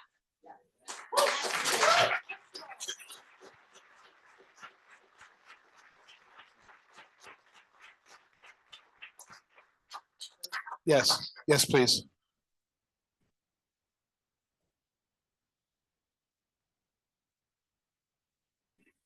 Hi, I'm Silas Molyneux. I'm at 202 Pigeon Creek in Pottstown, technically South Coventry Township. And I have a couple questions. So a couple people have already talked about the electricity prices. Recently in New Jersey, a data center opened and raised their electricity prices by 20%. Also, the data center, the average data center uses about 5 million gallons of water a day, which is the equivalent of Pottstown and Phoenixville combined. So our data center would be cycling 5 million gallons of water every single day. And you think that's acceptable? Whomever is voting on this. It also releases carcinogenic chemicals around our schools. Phoenixville High School and Owen J. Roberts Middle School and High School are within an 8-mile radius of where this is proposed to be. And you are willing to poison our children for this data center. And so I want to ask you all individually, do you think this is acceptable? Yes or no? Do you think it is acceptable to raise our electricity prices, to poison our children and us, to drain our wells and poison our wells? Do you think that is acceptable? And I would like to go down the line and have a yes or no from each and every one of you. I understand the question, but again, because of how this board is going to I'm sit. only asking you if you think it is acceptable. I'm not asking you what you are going to vote. I am saying, do you as a person emotionally in your soul, looking at all of us, is that acceptable? Again, I understand the question and I appreciate it very much. This board cannot answer that question right now because of how it may sit in a quasi judicial capacity in the future. So I get it, I appreciate it, but they can't answer it. I understand that. And I hope that you all think about this and you all sit on this and you know how many children are in our local school districts and what you would be doing to them. Thank you.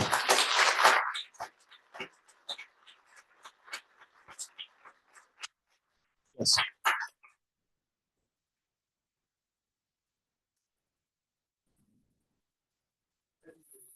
No, please come. Yeah. Haley. Is there anybody? Yeah. Craig. Right after, we will. Loretta Brienza Lumen, 118 Penhurst Road. I wanted to piggyback on something Representative Friel talked about. It's basically speaking to emergency risks and roadway access limitation if in case there is a fire or an explosion with a data center. And I kind of want to give a layout to all the people that live there and what it would take for an evacuation. So in regards to gas leaks and fire hazards, the gas leaks from the fire suppression system can carry halon gas, which can lead to respiratory issues or explosion. Electrical equipment and cabling can also pose fire hazards, increasing the risk of dangerous incidents in the data center. So per the National Fire Protection Association, there is really no type of mask that's going to help us from breathing in these carcinogens when they are released into the air. The only mask that's going to help is a SARS mask. And there's also one called, excuse me a second, SCBA. So the SARS mask is a supplied air respirator or an airline. It's a full mask and you're going to have an oxygen tank on your back. Okay, and N95 will not suffice covering us and protecting us from these carcinogens that are released in the air if there's a fire or an explosion.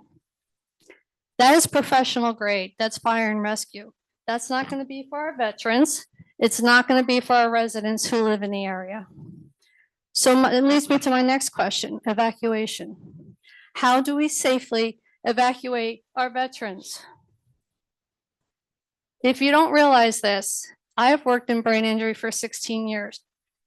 It takes time to evacuate people, especially if they're in a wheelchair. You need to secure the person in the wheelchair. You need to bring them to a lift van. You need to lower the lift van through a hydraulic system.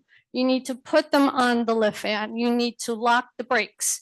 You need to put a belt behind them so they don't tip back. You need to use a hydraulic system to raise the lift van up to level height.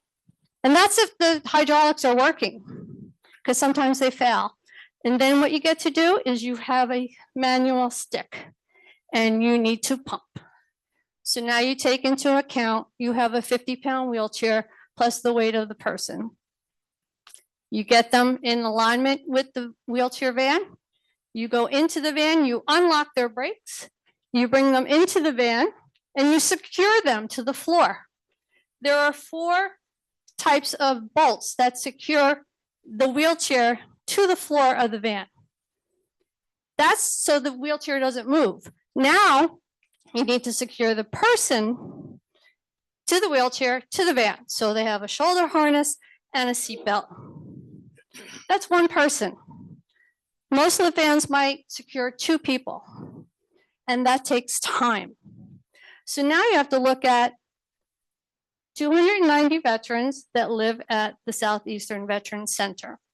I don't know the ratio of how many people are in wheelchairs versus how many are fully ambulatory or work or walk with assistive devices. It's going to take time. How many vehicles are you going to supply? How many vehicles does the Veterans Center have to have them safely evacuated? Okay, so if each lift van holds maybe 2 people, you have 288 more people to safely evacuate in a timely manner when we don't have masks, the proper type of masks, while carcinogens are in the air. So my question is, as far as an emergency plan, we already covered masks. We know they won't protect us. What is the planned evacuation route? Well, if you look at the area, all we have is Bridge Street and 724. Do you think our roads are going to be able to handle not only the veterans, there's 290 veterans per the website, plus 435 employees, plus the residents who live in that area. Let's look at the residential streets. We have Shady Maple, we have Brown Street, we have Penhurst Road, we have Washington Square, we have Carrigan Village, we have Haverford Road and Church Street. Where is the exit plan? Oh, and the Hunt family. Can't forget the Hunt family and their animals and all our animals. We want to get out of there. Where do we go? Bridge Street 724. Do you feel that 1,000 to 1,100 people and their furry friends are going to be able to evacuate in a safe, timely manner? And where's the destination point? Who's the coordinator for this? There needs to be an early notification system for timely evacuation for everyone. Who's going to do the fire and training course for training for these fire and rescue people to come in as we are all trying to exit safely and timely with no protection? Where do we go? What is the exit plan? It's something to think about.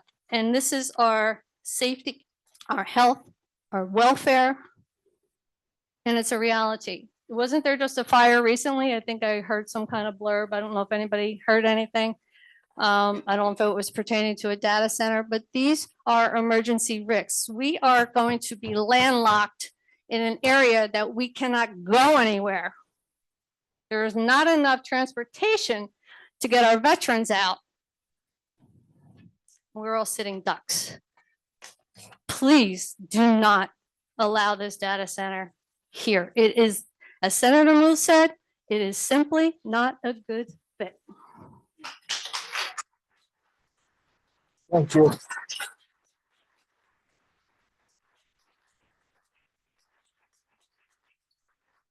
Yeah, we're gonna take some, the hands are raised online here. Hi, Monica. Eric, can you hear me? Yes, we can hear you. Okay, Monica Scriver, 102 Valley Creek Lane. The first thing I want to address is the air quality, and that as far as the process goes for writing this ordinance, we actually had a guardrail in place in the first and second ordinance, maybe third, where it addressed air quality, and now poof, it's gone. And I hope you do take it personally what Joanna said about her son almost dying in her arms. I hope you all take it personally. It took a lot for her to share that. And it is scary as hell when you think, sorry, Craig, when you think you're going to lose your child. And so the air ordinance, the guide rails have to be put back in there. Whether it's following the EPA guidelines or not, it needs to be there. I've done research. I've shared it with the Board of Supervisors and the township. The National Park Service just put out another study, which I'll share with you all. And if you look at the maps, it's very obvious. Our area of Pennsylvania, Chester County, has compromised, high risk, poor air quality. We just do.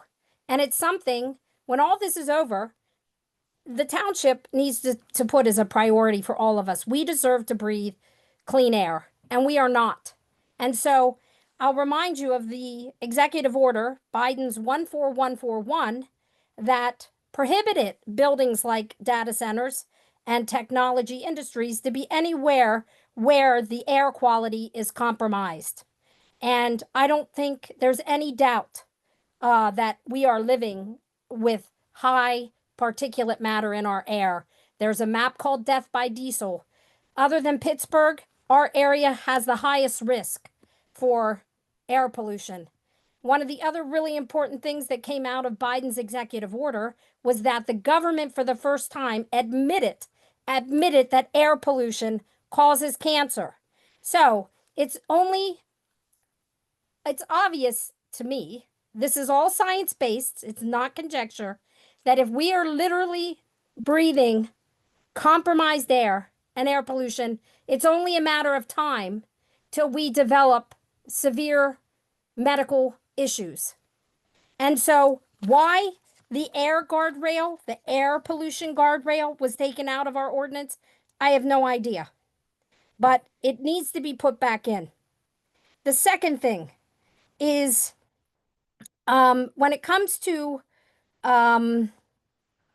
noise, it's a bit like a ping pong match, I find, because people from the beginning of this have said you have to address the noise issues. If you go by ambient noise, and the ambient noise is even 50 dBA, 70, by the way, and I've sent studies to the Board of Supervisors and the township about this too. 70 is the noise of traffic, and they have linked it to cardiac heart issues, cardiac issues, diabetes, hypertension, stress, insomnia, depression. So at 70 dBA, they have linked all these health issues, and that is lowering with the more and more studies that are done. This ordinance had 40 during the night and 45 during the day. And part of the planning commission's, I don't consider this ordinance passed, and I'll tell you why. Because at the end of that meeting, the planning commission laid out terms that needed to be addressed. And as far as I'm concerned, this isn't I'm going to pick this and I'm going to pick that, but I'm not going to put everything that the planning commission is concerned about. That's exactly what it looks like to me. They mentioned looking at the noise study, looking at the noise guardrails, and including limits that would not harm wildlife. What was done, Joe? How much work was done to determine that you're still sticking with the ambient noise levels? You want me to answer that, Monica? Yes, please.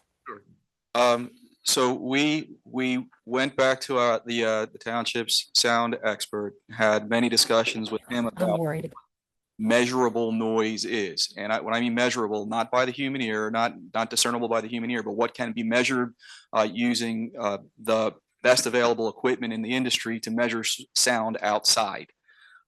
That range is what is in the ordinance right now, from down to 20 hertz and up to 20 kilohertz is measurable sound. So that's what we stuck with. We did speak to vibration and low frequency noise that may be felt by way of vibration and tried to address that. And as far as the high frequency noise is concerned, again, my understanding from what the sound expert was telling us is that because of the wavelength of that frequency of sound at the high level, it doesn't travel very far. It's really the lower frequency that travels further. So that's why we kept things the way they are. However, we did make an adjustment. We did not use dBA in the ordinance. At the direction of the sound expert, we went to an unweighted, which is dBZ measurement, and also required there to be measurements at 1/3 octaves. So they're octave bands, excuse me. So that covers a very, I'll call it a wide swath of sound. And just to speak to your point about the air quality provisions, they weren't entirely removed from this version of the ordinance. They were combined into the environmental impact analysis with other things. So there's that identification of the potential stationary and mobile sources of fine particulate matter and volatile organic compounds and nitrogen oxides emissions to be located on the DCC. That's part of the ordinance. So that's part of the environmental impact analysis. So those things, that air quality piece is still in there. It's just not as called out as it was before as a standalone piece, but rather combined in with the other environmental impact analysis provisions. Okay, thank you. I also want to point out that I really don't believe this is a passed ordinance because there were about 13 items that Rachel addressed, and she I'm looking at the list here. Somebody suggested that the generators be turned off within 1 hour. That was a condition of this passing, and it's currently up to 3 hours. The strengthening of the decommission. Now we finally, I mean, it took how many ordinances to actually get decommissioning as a legitimate placeholder? And yet it says on there that if need be, the township will remove the items and the materials, but it says nothing about an escrow. It says nothing about an escrow with a percentage adjusted for inflation. It sounds very much like if this data center bails, goes bankrupt and leaves, there's nothing holding, there's no money in place, and it sounds like the township, the residents are going to be the ones that foot that bill. How hard is it to write ESCROW in that section of the ordinance? I'm asking, like, why can't it be put in there? We've asked for it over and over and over again. Why can't we put the word escrow in the ordinance? Yeah, with terms. You have to have X amount in escrow. How do we know what X amount is? Do the research. You have experts. How many experts are we paying? Somebody up there should be able to tell you how much it costs in decommissioning. And Monica, I'm not in any way trying to be argumentative with you. I'm just curious as to why that would not be something that would be addressed as part of a decommissioning analysis that's done when you know what's being built, if it's being built. That part of the analysis, if there, I imagine, and again, I'm not the expert in these things, that's why I want the experts to tell us and provide for those things through a special exception or conditional use process, but I imagine the escrow amount, if there were one, would be a lot different for a 50,000 square foot building as opposed to a 250,000 square foot building or multiples of them. So I think the purpose here is not to hide the ball with respect to escrow, but rather to figure out what the appropriate amount would be and perhaps have that as a condition in the process that you move through. And again, I'm saying words like perhaps and could be because I don't want to hem in this board or the zoning hearing board on what it could or would do. So I guess what I'm saying is as long as there's wording there that says that the owner or anybody who buys it that may not be the original owner needs to be held responsible for cleaning up their mess. That's what needs to be in there. If that's in there and I don't understand the language, that's great. If it needs to come further down in the process, then it needs to come further down in the process. But it's not right for a company that's making billions and billions of dollars to leave and have the residents have to clean up after them. And that's what I'm concerned about. We all agree with that. And from my perspective, that is covered here, the potential for that decommissioning to happen and what needs to happen to have I'll call it the company responsible.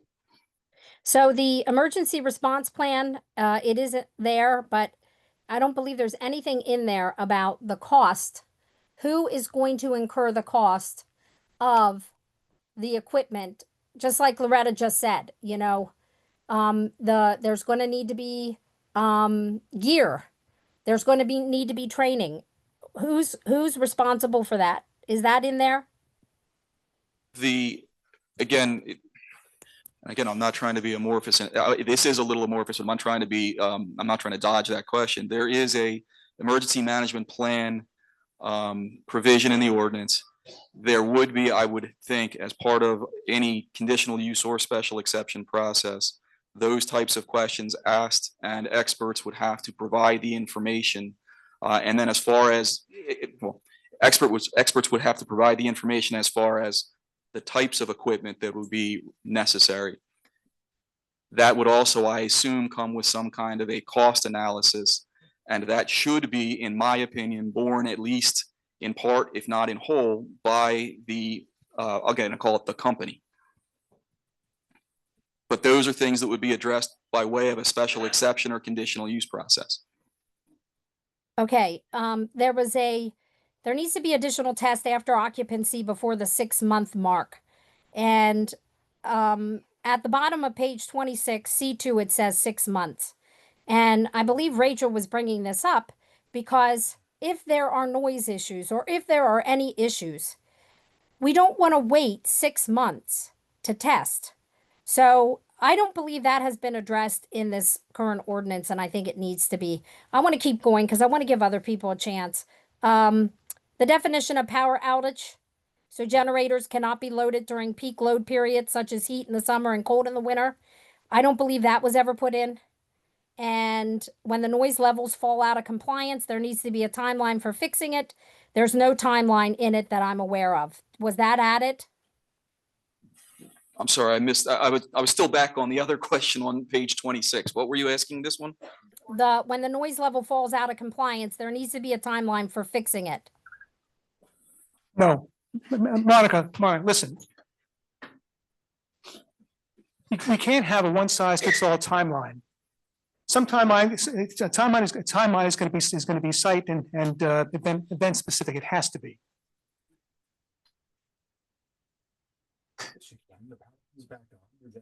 Yeah, right. If the power comes back on, it's a timeline for the generator. If the power comes back on, you have an hour to get everything turned off. There has to be, I'm not asking for arguments, but what I'm saying is the planning commission thought this was important enough to add it as a condition of passing this ordinance. And there's nothing there about a timeline or a means to regulate and to fix what needs to be fixed when something goes against our guardrails. I want to keep moving on.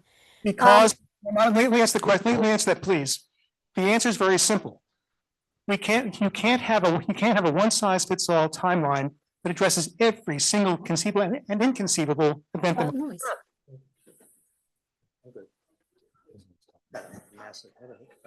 So you can't, if somebody complains about the noise, so here's another issue with process in our township.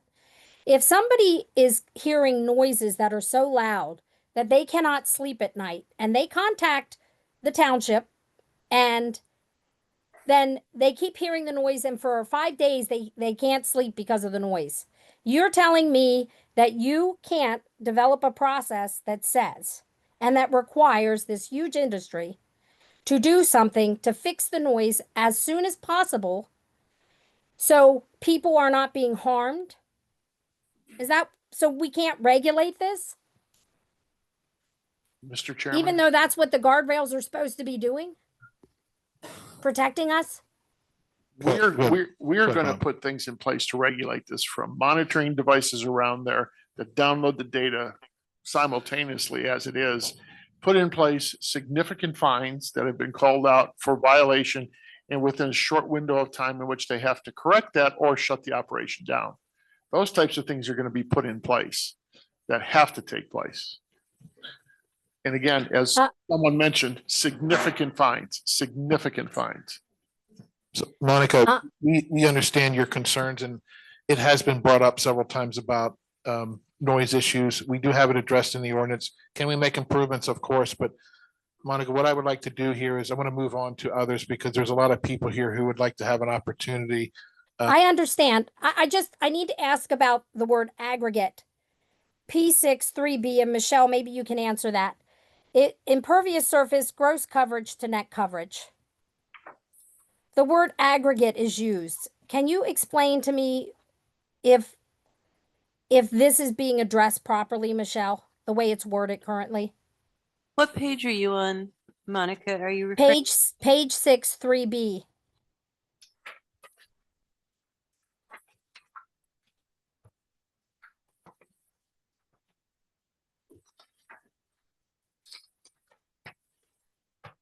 Page 6.3B, maximum aggregate gross building and ground mounted BCE equipment coverage.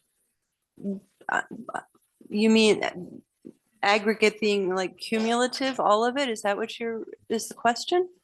I guess, is this the right word to use for the issue that was brought up by the Planning Commission? I think it is, because it's been addressing all of the gross building area. Okay, I just wanted to make sure. And I know we're rushing, but I have one more question and then I'm done.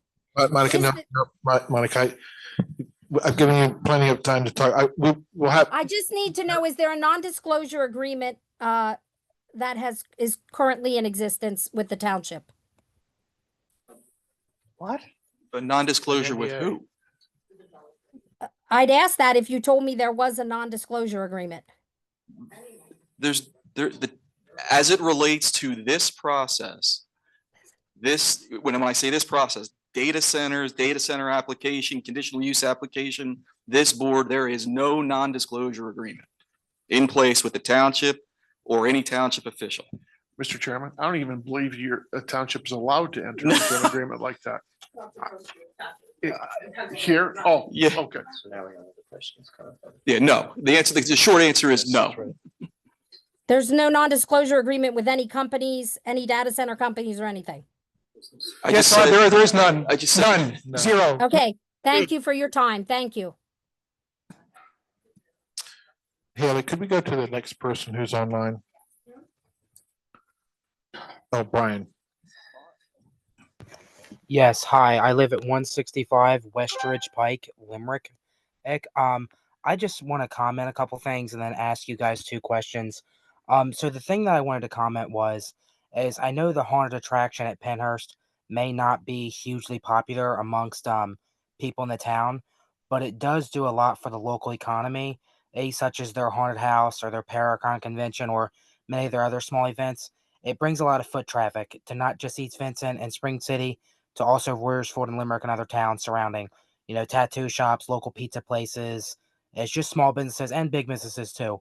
It brings a lot of business there. Or if the haunted thing stops, that's going to be a lot of business lost outside of the area. So that's the first thing I want to comment on why I think you guys should oppose this. And then the other thing I just wanted to comment was years ago in my hometown of Limerick, the old Epps Beverage property was sold.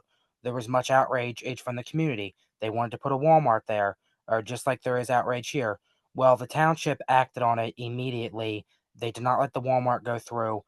So all I'm saying to you is I really, from what I've heard tonight and from also speaking to other people in the community, there's huge people who do not want this. I don't think you're going to even find a single person. You might be lucky if you find one that want this data center. And then the last thing I just want to comment before I ask my two questions are as we all know, many bad things happened at Penhurst over the years. You know, the mentally retarded and people that were different were treated badly and stuff.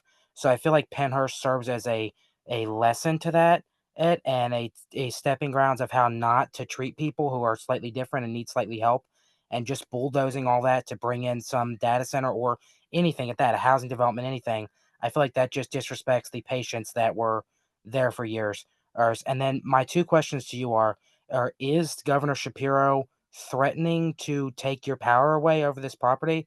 And then my second question is what is going to happen if you guys say they can't build back there, but then they just start building and just pay the slight fines? And can you guys actually deny this data center from happening? To the first question, thanks, Brian. Nobody has, as far as I know, Governor Shapiro may not even be aware of this. He has not contacted anybody in the township. He's not contacted any township official. And he's certainly not threatening in any way to take away power from the township, if you will, or its residents. As far as the second question is concerned, they can't just start building or moving dirt. There's a very comprehensive process in place for any development that would have to be followed. And the fine, if that were to happen, if somebody were to start building without a permit, any kind of development that required a permit, there are different avenues to stop that, including getting injunctive relief to stop it. But I don't see that happening with respect to a data center. And I think certainly the folks that live out there would see any kind of thing like that happening right away and notify the township. Okay, and I just want to say one more thing, and if I can. So I know the owners of Penhurst, you know, they may want to get rid of their property, and I understand that. I don't blame them 100%. It's a lot of money. Would the township be open to if another haunted attraction, such as, you know, Bates Motel or Eastern State Penitentiary, whatever, were to buy the property from Penhurst? Would this township be willing to allow them to renew the permit to continue to have the haunted things back there, or for the foot traffic for the economy? Because I'm also just speaking to local small business owners, because they are going to lose a lot of money if this goes away. Because as there's people that come all the way from Texas as to Ontario, Canada, just to come to this area, from New York City, all over the place, just to come to this thing. Some people do it every year, and it's just a lot of foot traffic that's going to go away. Now, I just don't see the point in bulldozing the property. Like, if the owners want to sell it, I understand that it's their property, they can do what they want with it. But like, can't the township potentially raise funds and do some kind of like if you don't want to do a haunted thing back there, do a veterans park? And then those are my last two questions. Like, just do something for the veterans back there, or maybe have the haunted house continue just under different ownership. Well, Brian, to answer your question, part of that is a hypothetical situation that we can't respond on. We can't say that we would allow, if someone came in, we would allow them to continue on the permit. We can't say that up here. You know, we don't know what would happen if somebody did. We don't know all the details, so we can't say that we would give approval right now in this hypothetical situation. To the rest of it, I'm not quite sure how to really address your other point there. But what I would say is that the owner has been trying to work with the township for over 15 years. There have been several types of proposed developments that they have tried to bring forward. It was not data centers in the past. It was some light warehousing, and it was a college, a small college area up there. They were going to put professional offices up there, and they've tried many times to get things approved, and they've been turned down over many years. So at this point, this is what they're bringing forward. And as we had said previously before, we are trying to put some guardrails in here with this ordinance. And we're looking, as we go through this process, to work with the owner. And I think the owner will, hopefully the owner and his team will be here on December 3rd. And you can ask him questions and, we could get into the back and forth a little bit with them. I would say right now that I would wait and ask some of these questions when and hopefully they will arrive here on December 3rd. Does that help, Brian? Yes, it does. And then may I just ask one more question? I'm sorry for asking so many. With the property, now I'm not sure, this could have just been rumor, but I know that Penhurst did have to take down some of the buildings already, because they were not safe to be in the community. I know there was mold growing and stuff in the air. Isn't this data bank, knocking down these buildings and stuff, isn't that only going to be putting asbestos and lead paint and stuff in the air and going to be causing, more problems than what the buildings that were already back there are causing? Like, if they knock down a building and starts putting asbestos in the air, like, and it goes to the VA hospital, like, isn't that going to cause issues? Now I know there's all kinds of rules and stuff. Asbestos has to be removed from the buildings, but if the data center were to be built, this is actually the real question. If the data center were to be built, is there any way that the buildings can be like made historical? So the data center would have to be built around these buildings and the buildings couldn't be touched, or would it just be hit or miss? If they buy the property, they can do what they want with the buildings. The first part, it's a great question. And we have touched on a little bit about remediation. And Joe, would you like to just talk a little bit about the process? I'm passing it to you again.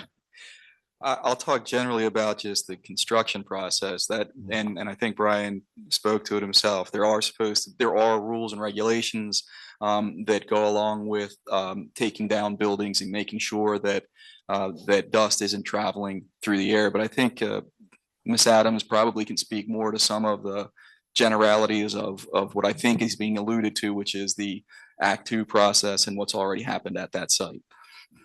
Sure, and it's my understanding the Senator shared some information at the Planning Commission that the property owner started to do some testing. So in Pennsylvania, we have what's called a land recycling program, which sets standards for health and human safety for how a property is reused and what the cleanup standards are. And while it's a voluntary program from a developer's perspective under the State Act, it's also often tied to grants and funding. So it's required, the developer needs to do it to get the funding and programming and approvals they need. They started to do testing, it looks like, back in 2020, based on information that the senator provided and the township has received as well. They didn't do very much testing and the testing wasn't completed. So right now there's not good information on what might be out there in terms of contamination. They will have to do all of that as part of this process. All of that testing will be done. And there are different levels. If you read through any of the documents, it talks about a phase 1, which is essentially a desktop review of what might be out there. And then they get into phase 2 and do actual testing. There are standards set by the state and the state program. So none of that has really happened yet. So all of that would need to happen before any demolition or any activity could be approved by the township. So to be certain that the materials were properly removed, properly disposed of to protect human health and safety before anything else could be done. Yeah. Does that answer the question, Brian? Yes, and may I just ask one more question? And so with the township, and I promise this is the last one, and so there's many buildings back there that are closed off that they do not use at all, I know. Oh, but the question I just want to ask, and I may come off as stupid as this, but I've heard things over the years that there's a cemetery back there. I'm not sure if that's true. I think you guys can attest to that. And if that is true, there would not be ashes or, resting people being removed from their spots. I'm not sure if that's true or not. I've just heard that over the years, but can you guys just answer that for me? Is there an actual cemetery back there, or is that not true at all? There is. I have no. Yeah, there's one in Independence Park. Independence That's Park. in Independence Right. Park, and it is gated off. There is a fence Yes. around the cemetery that, Okay. and we actually did some sounding of this, where the cemetery, where the individuals are buried, and it shows that they are within that fenced area. Okay, all right. Hey, well, thank you so much. That's all my questions. Thank you all. I appreciate it. Sorry. That was, and again, that's Independence Park, right? Yeah, so, and Brian, there's one other part to your question. You were talking about what I would call a site of consciousness, if you will, with respect to the buildings that are there, or preservation of some of the buildings. And that is one of the things that is in this ordinance is a request for some preservation of artifacts or a building. And so far, what we've heard is that the owner is receptive to that idea, to making sure that there's some acknowledgement of what the history is of that site and Pennhurst. Yes.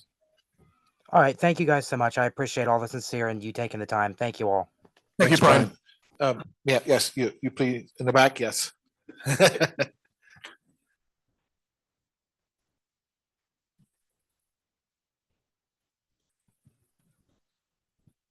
You guys hear me? Yes. So I actually have a couple I'm questions sorry, that you are? Oh, you have to, you give us your name and your address, please. Magdalena Sturman. I live at 677 Elm Street in Royersford. There are a couple of questions that I have specifically pertaining to the language in the ordinance, and one of them has to do with an assumption that's right in the beginning. If you look at it, it says, sorry, I got to pull this up again. It's section 27-2806. Data centers commonly use large-scale backup supplies and require large-scale cooling systems that, if not properly designed, engineered, manufactured, installed, and/or maintained, can create noise, air quality, and other environmental concerns. So there's a pretty big assumption in that, which is that if they are somehow properly designed, that they would meet these conditions. What is the example that you're using for something that is designed in this way that actually meets these conditions, that it wouldn't cause these environmental concerns? That's a pretty big assumption to be making. Could you reference the page? Do you have the page? It should be page 2. Sorry, hang on, I'm switching glasses here. It's page 2. Page 2. Sure, that might be helpful. Thank you. Yeah, it's page 2, 27-2806, special provisions for data center campus development. It's section 1 under the purpose statement. I'm sorry, and your question is? That's a pretty big assumption to make, that if these are somehow properly designed, engineered, manufactured, installed, and/or maintained, that they would therefore not create noise, air quality, or other environmental concerns. So my question is, what example are you using as something that is then properly designed, engineered, maintained, et cetera? My point is, if you were to put, let's say, something that is burning trash in the middle of this space, I'm not sure that there is any way that you could say that there is no environmental impact from that. So what I'm asking is, how are you determining that if a data center is properly, et cetera, that it will not cause these problems? What's the example that you're using? Please. Well, I think what you're referring to, the purpose statement, which acknowledges that data centers can have a variety of significant impacts. And so what this is saying is the purpose of this ordinance is to try and address these things to the best available information. So what the township has done is rely on experts on things like trees and tree health and removal with our arborists, to sound experts, and has sought the advice and input of different technical experts to try and develop standards that address these issues. It's not promising that everything will be perfect. It's acknowledging that these are concerns that this ordinance is trying to address. Sure. So this kind of brings us back to the exclusionary zoning, right? Would something like this, what I'm asking is there a data center that you can come up with as an example that would meet these criteria? Those aren't criteria. No. They're not criteria. That would not cause these issues, right? This is the question that we're asking, is this something that we would even want to provide the opportunity to have in our community? Well, that goes back to the legal question of Right. our zoning and what our zoning Right, so allows there's a township in Dauphin County, I believe, in Pennsylvania, that has excluded data centers from their zoning opportunities for anybody to move in. And I would assume that that is based off of the idea that you cannot prevent the negative impacts from this specific type of construction. Do you know what township that is? I think it's Hanover I Township. can research it for you. I believe it's in Dauphin County. It is. If it is, I don't, I don't know what township you're referring to. They may have done that. I don't know if that's been challenged. The other thing is, if there is a larger regional planning group that township is a part of, there may be other municipalities within that planning group that allow for data centers. That's something that a neighboring municipality is dealing with right now here in Chester County. So unfortunately, there's not enough information for me to tell you what could be happening out in Dauphin County. But I would be, if they have done that, it would be an interesting analysis to see what else is going on. So what prompted the decision that we weren't going to pursue exclusionary zoning for this? Exclusion, if you try to exclude any particular use in Pennsylvania, then you are opening yourself up for a challenge as a municipality to your zoning code. Sure. We're not an exclusionary zoning state. So, right, yeah, I mean, any action that any government, any corporation, any nonprofit takes could potentially prompt a lawsuit. So when has this successfully happened, and why is it something that I assume, if this is something that this township has refused to pursue, that there must be some very significant reason, a significant lawsuit that you could cite that would make you not want to go through that? I mean, an exclusionary zoning process, yes, there's a number of cases on exclusionary provisions in zoning that indicate that townships, municipalities are not permitted to exclude. and has that been done for a data center? Has that been attempted? Like, Yeah, you're using this as an example, but there are current cases right now that are working their way through the court systems where townships or municipalities in general have tried to exclude data centers. Yes. so we don't have results on that, though. You don't know who then wins that lawsuit, right? There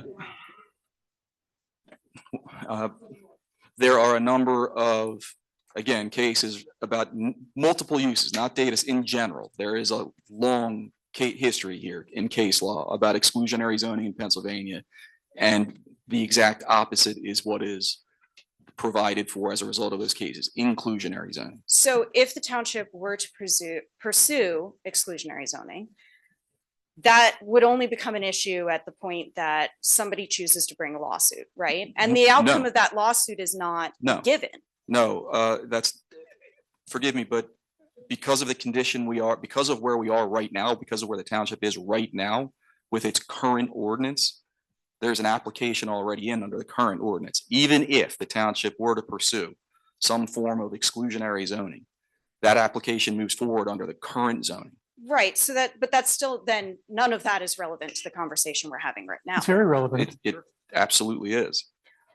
If we're talking about the idea that you would create an ordinance to try, I mean, this seems very reactionary, right? The way this ordinance is written, we're talking specifically about an application that's been submitted about Pennhurst. And it seems like a lot of the things specifically in this are written in reaction to the application that's been put in for Pennhurst. I don't think that's the case. No, I don't think it's specific to, we have it because it's part of the IMU district. It's addressing the IMU district as a whole, not any particular site. Now, we know that the IMU district is largely part, or Pennhurst is a large part of the IMU. Right. So it's for the zoning is written, this provision or this ordinance is But written this for the ordinance IMU. but they still got their application in under the wire, right? So this ordinance doesn't necessarily apply to them. Correct. So if you're using them as the rationale for not wanting to risk a lawsuit over exclusionary zoning, that's kind of a moot point at this point, No, right? it's not, it's not, look. There's an application pending right now Right. for conditional use approval for a data center. All right? Right. So that application can go forward if the applicant so desires. Correct. And if it does, for all practical purposes, this ordinance becomes moot, except to the extent that it might apply to other IMUs in the Right, to a in the future- township. Yeah. Right? So I'm not sure I understand where you're going with this. The whole point of what we're trying to do here is to create more safeguards, more guardrails that we hope will be acceptable to this particular applicant, as well as future applicants. So we're tailoring this. to No, ma'am, I fit did not say that. I did not say That that. we hope will be acceptable to this applicant. You're taking my words completely out of context. I am I quoting am not, exactly please, what. please, it's my, let me finish. Let me finish. We are not tailoring this for Penhurst. What we're trying to tell you is, we're trying to come up with an ordinance that will, that hopefully will be acceptable to this particular applicant, as well as future applicants. I think she's asking why we can't just put it in restricted. We can't. But we've already can't. responded to that. So, right, and we cannot. We I wanna- have a Close then. Katie? We're not doing this. One person at a time. We're not, Katie, please. Katie, we're not doing this. We are not doing this. No, I'm sorry, ma'am. Your question is? I still don't think that you've adequately answered my question. But if you want to move on, we can also move on, because what we're talking about here is distributing public resources to be used by a private company and trying to restrict that use, right? We're talking about our water, we're talking about our shared air, we're talking about our shared environment, right? These are all public resources.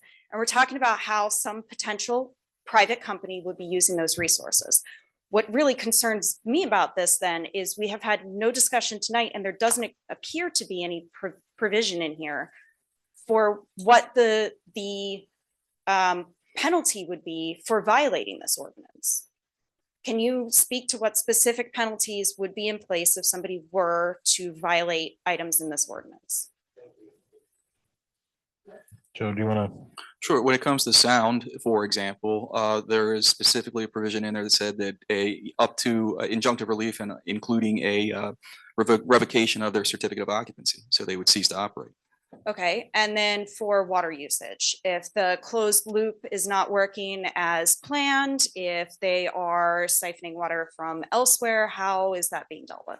That would have to be dealt with as part of the conditional use, or in this ordinance, special exception process. So we have all of these studies in here, we get the information, and then we'd be able to determine what the appropriate remedies would be.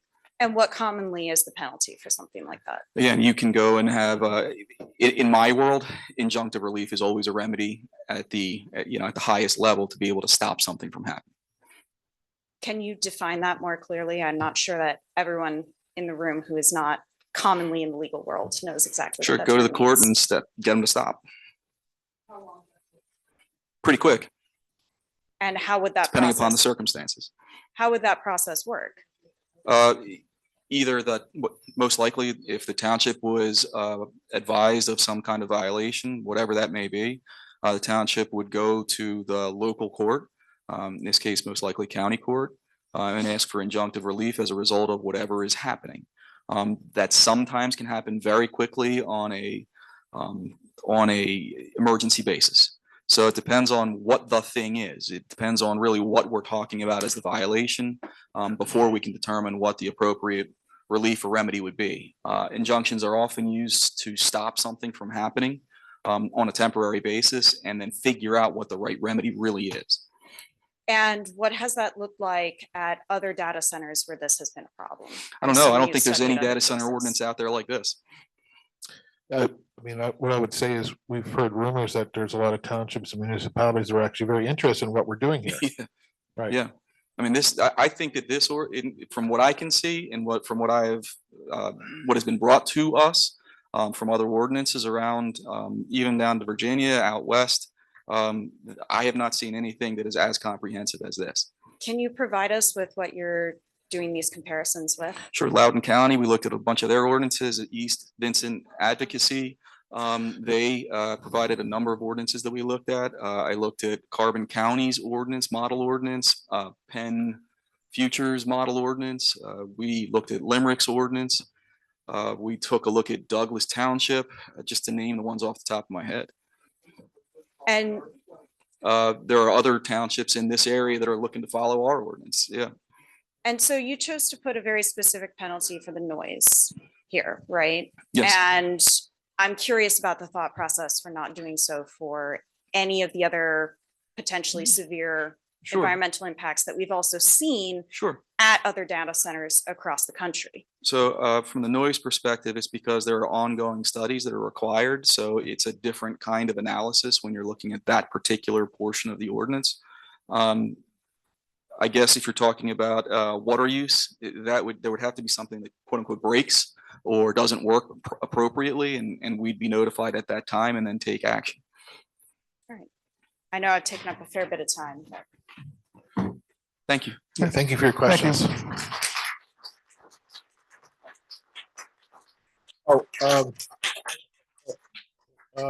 Christine. We'll get to that then. We'll get to that other person then. You make a suggestion after Christine, the next person. 5-minute break. We'll take a break then. It's good to stand. I think we should do, everyone should stand and stretch. It felt good to stand up. After you're done, Christine, we are going to take a couple minutes. Okay. So just so everyone's clear, we're going to take a break after we have a discussion here with Christine. So my name is Christine McNeil and I live on Nottingham Drive, but I'm also here representing an organized group that's been in existence here for 6 years, East Vincent Advocacy. So I'm bringing forth their thoughts. I'd like to say that East Vincent Advocacy's mission is to keep EV rural, and we've been steadfast in our belief that this use is not consistent with the rural character of East Vincent Township. And our comments tonight reflect our position on the draft ordinance relative to the impact on residents, natural resources, the ecosystem, the character of our community, and the land of cultural and historic significance. Many people have spoken about all of that tonight. They don't relate to any questions of approval of any applications, right? I want to particularly talk about pages 6 and 7. The current draft ordinance allows 5. We all have the picture. You all know what it looks like. 5 two-story hyperscale data center buildings totaling 1.4 million square feet. If we look at section 3C, that starts on page 7 and goes over to 6 and goes over to page 7, there's a range of sizes that are provided for an applicant to put the application in. And at the first level, it could be 50,000 square feet. But beyond and to the ultimate, if they took all the options, you know, they want to take door number 1, door number 2, and door number 3 and 4, we would allow a 1.4 million square foot hyperscale data center as an allowable use. I started talking about all this in May as part of East Vincent Advocacy when I submitted an expert paper by a colleague of mine from the National Park Service days, Kevin Coyle, who's living with an extensive firsthand experience of what's going on with the data centers near his home in Virginia. And throughout the spring and summer, our team examined every aspect of data centers.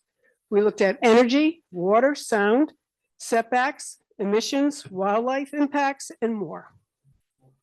We urged the township to take a proactive, comprehensive planning approach One that pursues, we talked about this for about a year, economic development compatible to our rural character, our conservation and heritage values. And on September 8th, we released a report. Many of our recommendations were taken, and we appreciate that you took many of those recommendations. But one recommendation is still outstanding, and we're here again tonight to respond to that one particular issue. We're not talking about all the other issues we have. We only want to talk about one tonight. And we all know that the townships all across the state are working to define and regulate data centers. And when we adopted the IMU district in 2012 by a 2-to-1 vote, and I was a supervisor at the time, and I'm proud of it, I voted no, because we had a low residential district, and it seemed to me incompatible, and also spot zoning, as I have stated for the record, that this IMU district was inappropriate for this area. We also know today that Mr. Strine has received $10 million in grants and loans under business in our sites. Some people have referred to it tonight. There was an agreement in his scope of services and his financial data that he was to build industrial sites, office condos, 61 homes for veterans, while repurposing the remaining 6 core historic buildings. And he also offered to build the museum and bring in, you ready for this? 554 jobs to this region. That's significant. The current proposal is a far cry from these agreements. I want to tell you something. A lot of people have mentioned it, but I just have coined a word. It's called size matters. Let's put a 1.4 million square foot size that could be allowed in our ordinance into perspective. I'm going to give you a few examples because it really puts it to light. The Walmart at Exton Main Street is 142,000 square feet. So if we wanted to put that into the 1.4 million, it would take 10 of them. A typical grocery store is 80,000 to 120,000 square feet. So we'd need 11 to 16 grocery stores to meet this 1.4 million square feet. The Exton Main Street complete complex, we're talking about the movie theater, we're talking about Walmart, we're talking about everything that's on that site. That is 643,000 square feet. So in Little East Vincent, we're looking at a massive amount of 2 Exton Square Main Streets. King of Prussia, here's a great one. King of Prussia is 2.6 million square feet. So we're talking about either the court or the plaza plopped right in as a size comparison at Penhurst. It would be 7 Walmarts, 8 Costco's, and 15 Wegmans. It's roughly 20% of the Pentagon. I want to tell you one last example because it's something that people have looked at. The GlaxoSmithKline Data Center in Collegeville, some of you have visited it, by comparison, is 203,703 square feet. That proposed facility that we want to talk about here that we're allowing in this ordinance would end up being 6 times. And it requires almost 70% more power. The GSK operates at 7.2 megawatts. This proposed facility, the max, the hyper max, would require 500 megawatts. Now, a lot of people think that the GlaxoSmithKline facility is reasonable. It's modern. It's fully functioning as a data center without the destructive footprint of a hyperscale campus. My question to you all is, so why? Why would East Vincent Township, known for its rural character, authorize the ability to have a complex 130 times larger than a 10,000 square foot data center, or 13 times larger than a large scale 100,000 square foot facility. What are the impacts of a 1.4 million square foot hyper facility? And let's look at energy. I said 500, it's been quoted by Mr. Strine in the newspaper that he wants to bring a 500 megawatt data center. That would require a complete rebuild of transmission infrastructure in this region. Let it sink in. We're talking about, we don't have those kind of power lines right now. We have 115 kV power time lines. They can't be upgraded to carry 500 megawatts. We're talking about new and taller towers. Have anybody ever seen the towers by Mr. Hunt and Penny Hunt's farm? Those are gigantic. We're talking about more of those. We're talking about installing large conductors and insulators, installing new substations of the appropriate transformers and switchgear. 500 megawatts is equivalent to powering 400,000 homes. Do you know how many homes we have in East Vincent? About 2,600. There's a scale for you to think about. Emissions of 500,000 cars annually, and the carbon sequestration capacity of 3 million acres of forest. Can PECO even supply this kind of power? What would that mean for eminent domain takings, infrastructure, upheaval, and taxpayer costs, which many of us have talked about? Smaller data centers need 30 to 50 megawatts. That contrast speaks for itself. Generators, 500 megawatt campus would require 160 or more 3 megawatt backup generators, each containing thousands of gallons of combustible fuel. A 100,000 square foot data center would require only 5 to 20. Water, we've talked about water.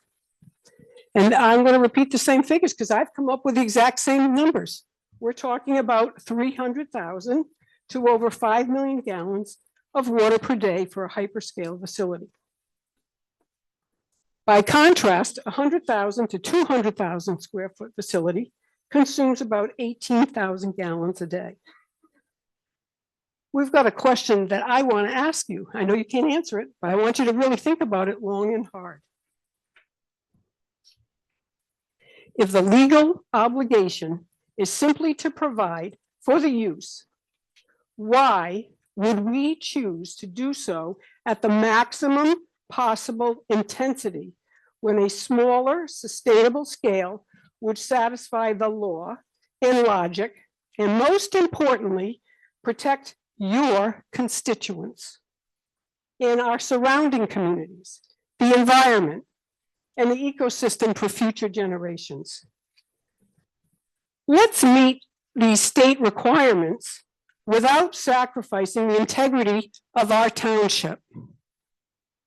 Because it isn't just a question of square footage. It's a question of who we are.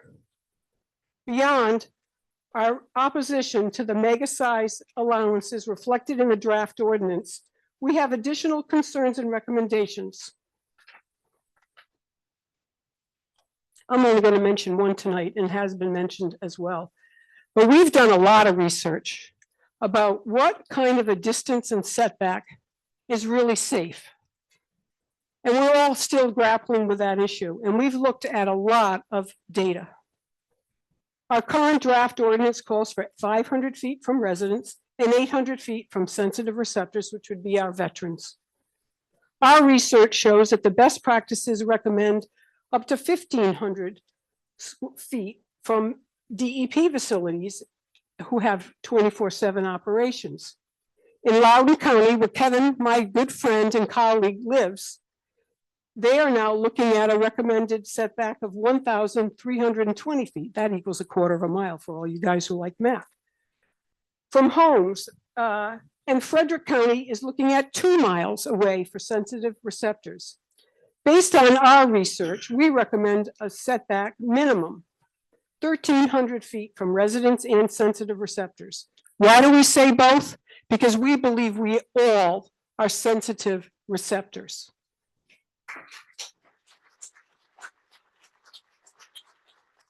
I'm almost done. I'm calling for a call to action. I know you think that you should set a date and send everything with this ordinance tomorrow to the Chester County Planning Commission.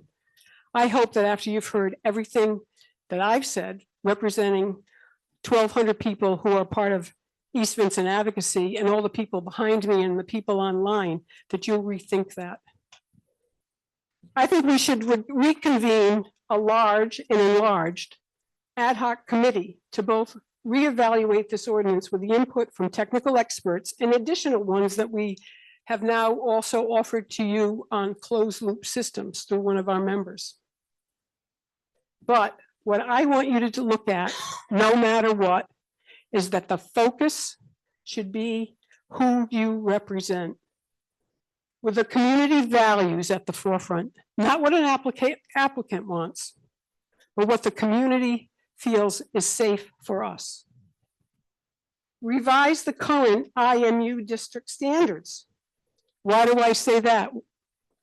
Well, I think we should ensure the protections for residents, veterans, wildlife, and our historic core of buildings. There are 6 core buildings there. And we should continue to allow a mix of buildings and have a smaller data center there. GlaxoSmithKline looks pretty nice when you look at what I've talked to you about tonight. In closing, East Vincent was built on the ideals of stewardship, heritage, and balance. Values that are reflected in our farmlands, our open spaces, our people, and our history. A 1.3 million square foot mega hyperscale data center is not stewardship, it's overshoot. A threat to our identity, our resources, and our future. I know we can do better. I've seen you do better, and we want you to do better for the residents. Let's craft an ordinance that meets our obligations under the law, but also honors the obligations to each other, to our environment, and to the future generations of East Vincent, my daughter's grandchildren, and yours too, because size matters.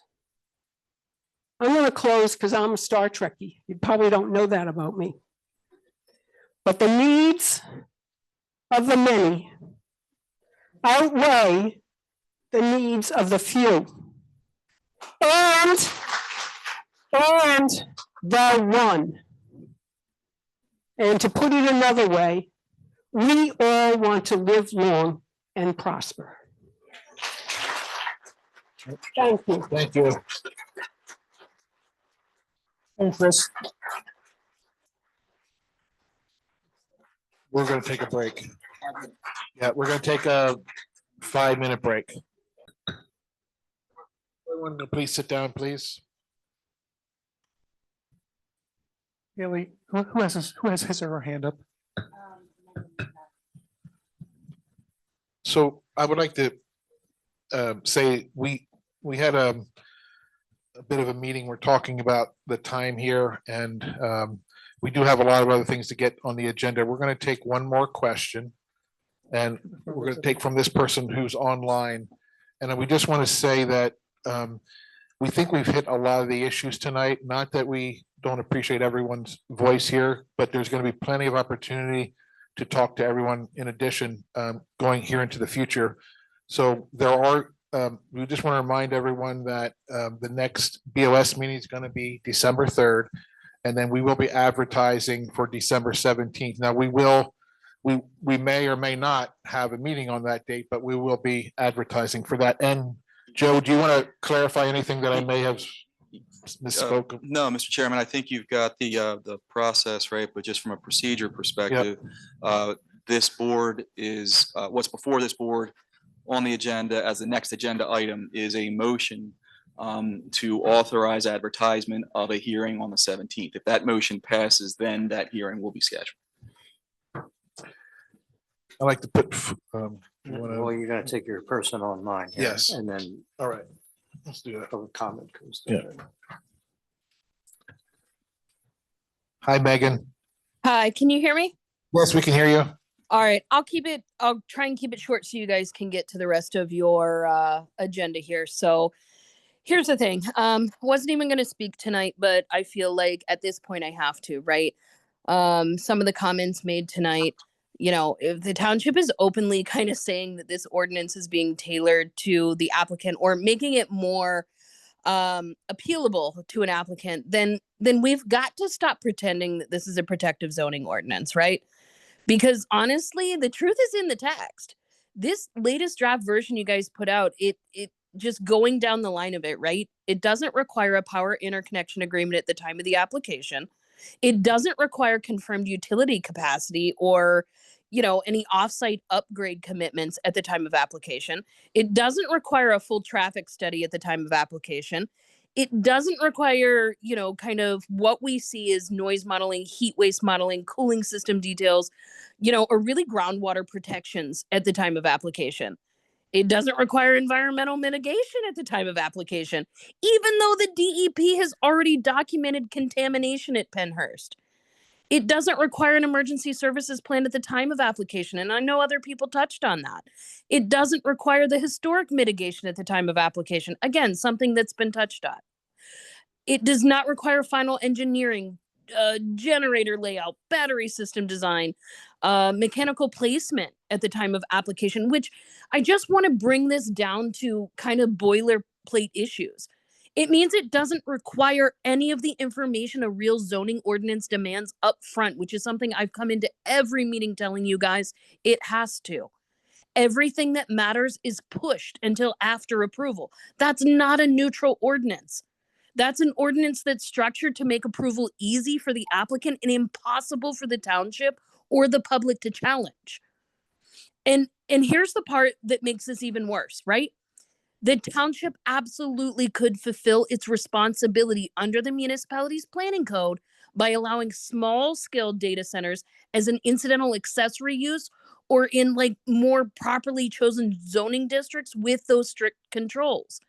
That would meet the MPC obligation to provide for every legal, legitimate land use in the state of Pennsylvania. But that's not what you're doing here. You're not drawing narrow lines. You're not limiting scale. You're not protecting residents. You're drafting an ordinance designed for a massive data center campus and then stripping out every front-loaded requirement that would allow you to say no. So if this ordinance is arguably being touted to the applicant, you are admitting exactly what this structure already shows. The township does not want to evaluate impacts before approval. The township does not want the legal ability to deny, and the township does not want to protect residents first. You are giving the applicant the advantage before the hearings even begin and leaving the public to absorb the risks later. And let's not pretend that this isn't going, the ordinance you're looking at right now isn't going to affect Pennhurst. Pennhurst, their current conditional use, and I promise you this, I will be there at those hearings. But Pennhurst, it is already riddled with issues. I guarantee you that this ordinance will end up affecting Pennhurst. But what you're doing right now is the opposite of what the MPC requires. The MPC makes one thing very clear. A zoning ordinance must front load the information needed to protect the health, safety, and welfare of the residents, and it has to be a community document, not a developer document. This draft does the opposite, and the public, as far as I'm concerned tonight, can see it plainly too. So I hope you all know that going into the recommendations that have been given to you and what you choose to do going forward. But thank you for your time. Thank you, Megan. So Megan, I tried to look you up through the PA Supreme Court website. I think you had represented at the last meeting you were present that you're an attorney, or that you would help people as an attorney with their, I think it was assessment appeals or something of that nature for free. So, but when I called the number that was listed for Megan McDonough at the Superior Court, I didn't get a response. I'm just not sure if that was you. I can assure you I am not an attorney at the Superior Court. So you're not an attorney at all. Oh, no, sir, but I have done municipal land use and zoning for the better part of 15 years now. As what? I'm sorry, what? As what? If not an What- attorney, what do you mean you did municipal land use and zoning for 15 years? As what? Oh, I have been doing it, number one, on behalf of community and grassroots groups all over the state. In fact, starting my own, which that's where you will see my name all over court documents, helping residents organize to represent themselves pro se in hearings, just like what you guys are going to go through. And yes, I will continue to do so. Yeah, and I think you had referred to a case. You said you referred to something that was your case before. I forget what that was. What was it? What case? Absolutely. I was represented in the Heracles case. Right, but that wasn't your case. You were represented, and that case had nothing to do with setbacks whatsoever. It had to do with the fact that you couldn't have two uses on the same property at one time, a residential use and a fracking use. Two uses on the same property, but if you want to look to the other groups that I have helped represent, you can look to Huntley and Huntley versus Oakmont, which went to Supreme Court, which was based on setbacks. Yeah, I understand that, but that case in particular, I think that you had said. Right. So whatever game we're trying to play here, I promise you, I have the accolades to back it up. Okay. No, I appreciate that. Megan, Absolutely. I ask everyone, we have to do this for the township purposes. We have your name, but what's your address again? I am at 100 Whitehampton Lane. Okay, thank you, What, Megan. what town? No Megan? problem. I appreciate you guys. Which town? Yeah, what town? I am actually in Whitehall. Okay. Thank you. Thank you, Megan. What we're going to do now is we're going to move forward with the motion as was recommended by our solicitor. Let's see how I want to phrase it. Could Just read the motion.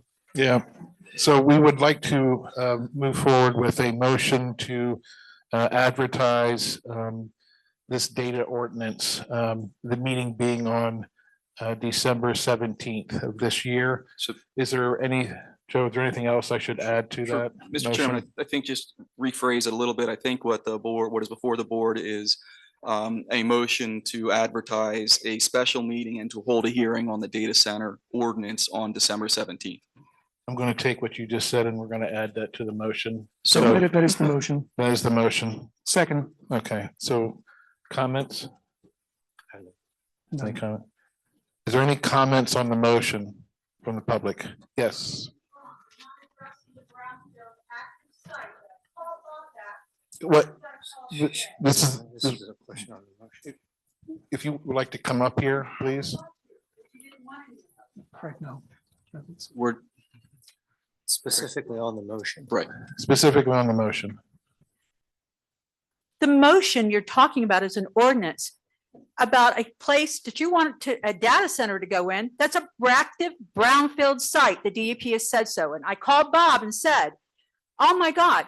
So we've got an active site up here that has an active business going on where people are being exposed. How many buildings have already been taken down, engineer? I'm not sure. You can tell, yes, we know buildings have been taken down because those understand, dump but- trucks came down my street The comments in right the now, night. excuse me, the comments right I now are understand, related to the but you're motion. talking about this motion about a data center and you're not even confronting the situation. No, the motion is about the hearing that is The going to be hearing. advertised. I understand, but you If- didn't get other people to talk to you about the situation. There shouldn't even be a consideration for a plan at all on land. Again, that's not what part of this motion. This motion is I specifically understand that, about but you the still hearing. didn't get to hear what I had to say tonight. And there'll because be you had plenty, there'll be Everybody plenty else of, up here. I understand, and you are a resident. You are a resident, ma'am. So I am a resident. I know, and And there I will, should have a chance to say something, Joe, there- and you know it.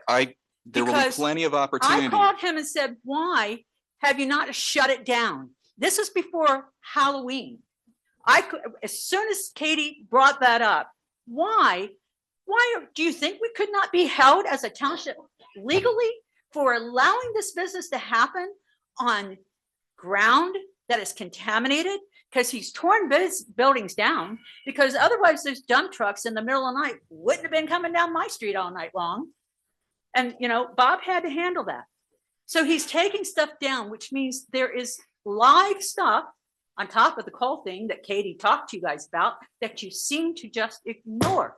This should not be happening at all. This plan should be off the docket until they can prove that those grounds are clean enough to even consider anything going on it. You're not protecting us. No, ma'am. No. Those, Mark, No, hold on a second. Just, Mark, go ahead. I'm Go ahead, sorry. ma'am. I have a right. I've lived here for 41 years on Penhurst Road, and I have Right. put up with shit constantly. You can get mad at me all you want, but I put up with the traffic. I put up with PA water in their trucks. I didn't get to bring you the big bolt in front of my mailbox on the road that trucks are leaving coming across. And the shit that we put up with constantly, the traffic, people coming from Penhurst, throwing stuff all over our lawn. This has been going on for years, and none of you have listened. I've asked you to do something about it. And when somebody gives you finally a legal right to say, done, close it down, you do nothing. You don't look into it. You don't do anything about it to say you're right. No one should be up there on that property. You're not protecting us as residents or anybody that's even up there having to clean this mess up. So yeah, I've got something to say, and I have a right to it. I'm a taxpayer, and I've already told you, I would much rather have my taxes raised than to have this crap up there, because all of a sudden you've got to find something else to supply the money that Penhurst is giving you to keep our taxes lower. So let's just allow something else to go up there that you think you're going to get money off of. You don't think about the tax exemptions these people are going to get? You need to be looking around at what's going on in other places. We're paying attention. Please pay attention. I know you're trying, but this is affecting all of us that live in that area. You're not next to it. You don't deal with it day in and out. You don't deal with the 18 or whatever wheelers that come through there and make noise all day long that you've got to deal with in your house. You don't have to deal with that. I do. I have a right to that. Thank you. Thank you. I call for the question. Can I ask a question then? And I am so sorry. I'm so sorry about all the issues with traffic and noise. I live on Tucson Road, so I understand. Yes, I am very empathetic to all that. I'm sorry. Okay. Oh, there we go. Okay, now can you hear me okay? Do you have additional information about contamination that we don't have? Do you have information about it? Yeah, I don't know why you keep referring to me like I'm the holder of information. No. The Department of State has all the information. So does your engineer tonight. They have all the information. Well, I have what you handed out, Katie, which is what I was referring to. Right, and as the township, it's all on a Google Drive link that you sent, and also the state is more than happy to give it to you. You should have asked for it. And your county engineer gave part of the data that was not accepted by the DEP. Well, what I read, when I read this, if I could, what I read is that the applicant, the owner started doing some testing back in 2020. They didn't finish the testing. They didn't complete what they were supposed to do for this land recycling program back then.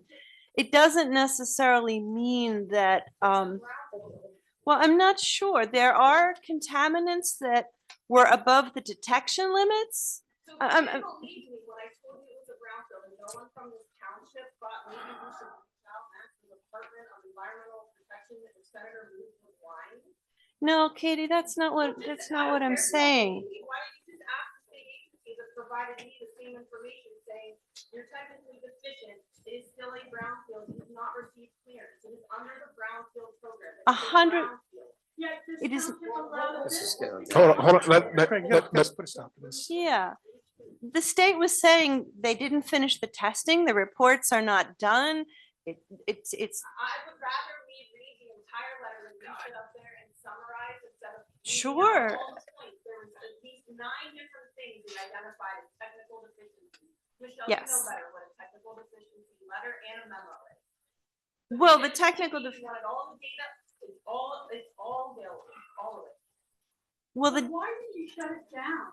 And if you haven't investigated, instead of allowing people to be up there in a place that could be perfect for their health. All right, folks, And then to deal with the Yeah. trucks coming down. please let her finish. All right, look, guys, we can't have this. Now, let Michelle finish, please. I am not trying to minimize. They did find detections of in the soil. Please let Michelle finish. Please let Michelle finish.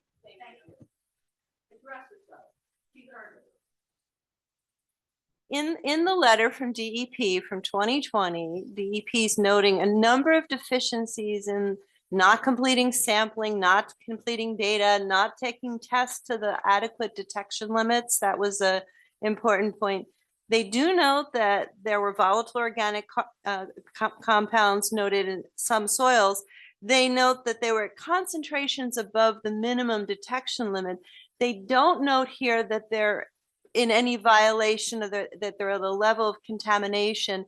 The DEP specifically pointed out they weren't even clear if it should be residential or non-residential. And when I look at this, and I am not a remediation expert, it looks it looks like these are chemicals that you commonly see when there's been a fuel spill, which is probably things that happen from fuel tanks and fueling, things like that. It doesn't necessarily mean it's hazardous and dangerous to the residents across the board. In my line of work as an engineer, we come across these problems on all kinds of sites. Yeah.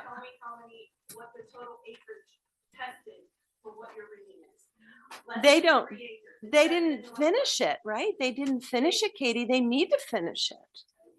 But they've already allowed a business up there over all these years, that hundreds of thousands of people that have visited this property. There's a demolition coal plant sitting on the ground with coal ash now. And it needs to be tested and cleaned up. They never finished the testing. But by the people of this township for allowing a business that should have never been there properly to begin with because of contamination. Don't shake your head. Mark. I'm being very so disrespectful. You're not listening. No, you're not. No, you're not listening. You're not listening. You are assuming this is a brownfield plant, Katie. That is a gross assumption. That's what Michelle's trying to tell you. It's okay, all right, we can address, stop the screaming, please. No, stop treating us like we're not smart enough to understand what's happening right now. They will need to finish testing and they will need to clean up to meet the DEP land recycling. It is required. All right, Mr. Chairman, I think there's a motion and a second, so there was a call of the question. No, not right now.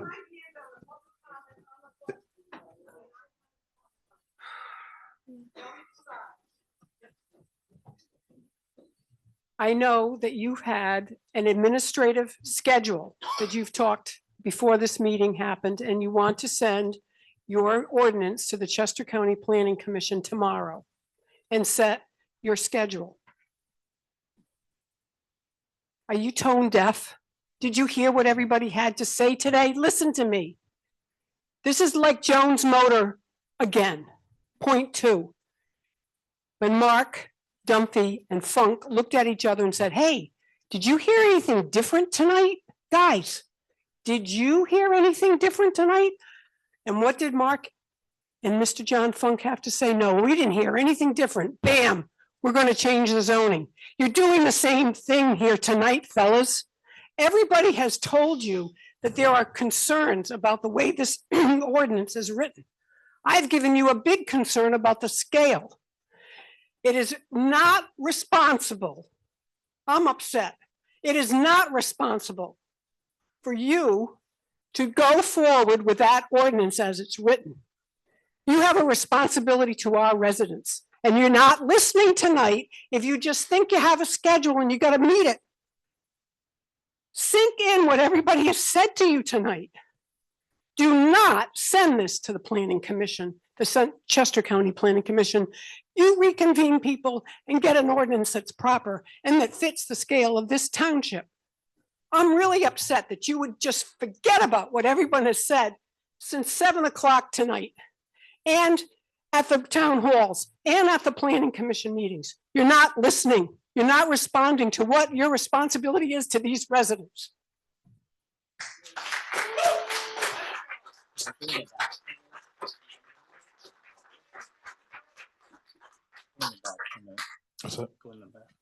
we're going to take a quick break, 5 minutes.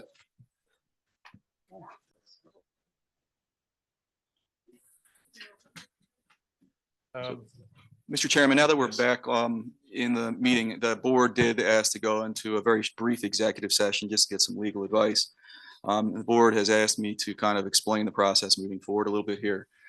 Right now, there is a motion, a second, and a call to question on a advertisement for a public hearing on December 17th. There will be a meeting on December 3rd as well. At both of those meetings, public comment will be taken on the data center ordinance. And in fact, during the hearing, folks will be able to make comments and ask questions as part of a record. So, Mr. Chairman, at this point, we talked about the Chester County Planning Commission and its role. Its role is to review the ordinance as the township's planner. The county had already reviewed one version of this ordinance previously, and I think it would be now appropriate to send it to the county again for its comments and review. That doesn't mean that the ordinance will move forward in its current form, but it may. So, Mr. Chairman, you do now have the floor. There was a call of the question, I believe, by Mr. Brancato. So I'm going to move forward. I'm going to ask all in favor. Aye. Aye. Aye. Thank you all. The next part of the agenda here is the public hearing on the Herner Snart agricultural easement. Joe, I'm going to pass this over to you, and if you could take this on the next steps. Thank you, Mr. Chairman. It seems to be the theme of the night. Yes. Yes. The township has an open space fund, which is primarily funded through earned income tax of township residents in accordance with the Pennsylvania Open Space Act. Under the Open Space Act, any interest in real property to be acquired with these funds requires a hearing at which the interest in real property to be acquired and the open space benefits of that interest are identified. Additionally, at the public hearing, persons and municipalities affected by the proposed acquisition of interest in real property are given the opportunity to present relevant evidence for or against such acquisition. The township has identified a property at 131 Keene Road in East Vincent Township, tax parcel number 21-1-4. The interest to be acquired is a conservation easement by East Vincent Township. The total acreage of the conservation easement is approximately 20.6 acres. The open space benefits are that the property is currently farmed and the intent is to continue to farm the agricultural use of the property. The use of the vast majority of the property will be limited to agriculture, forestry, and open space uses. Existing residential improvements and major agricultural buildings and structures will be allowed to remain in place. The funding source for this acquisition is East Vincent Township Open Space Funds. The approximate cost is $164,800 plus costs of surveys, studies, preparation of documents, recording fees, and adjustments to acreage, if any. Would anyone like to make a statement for or against this acquisition that is currently in the audience? Please.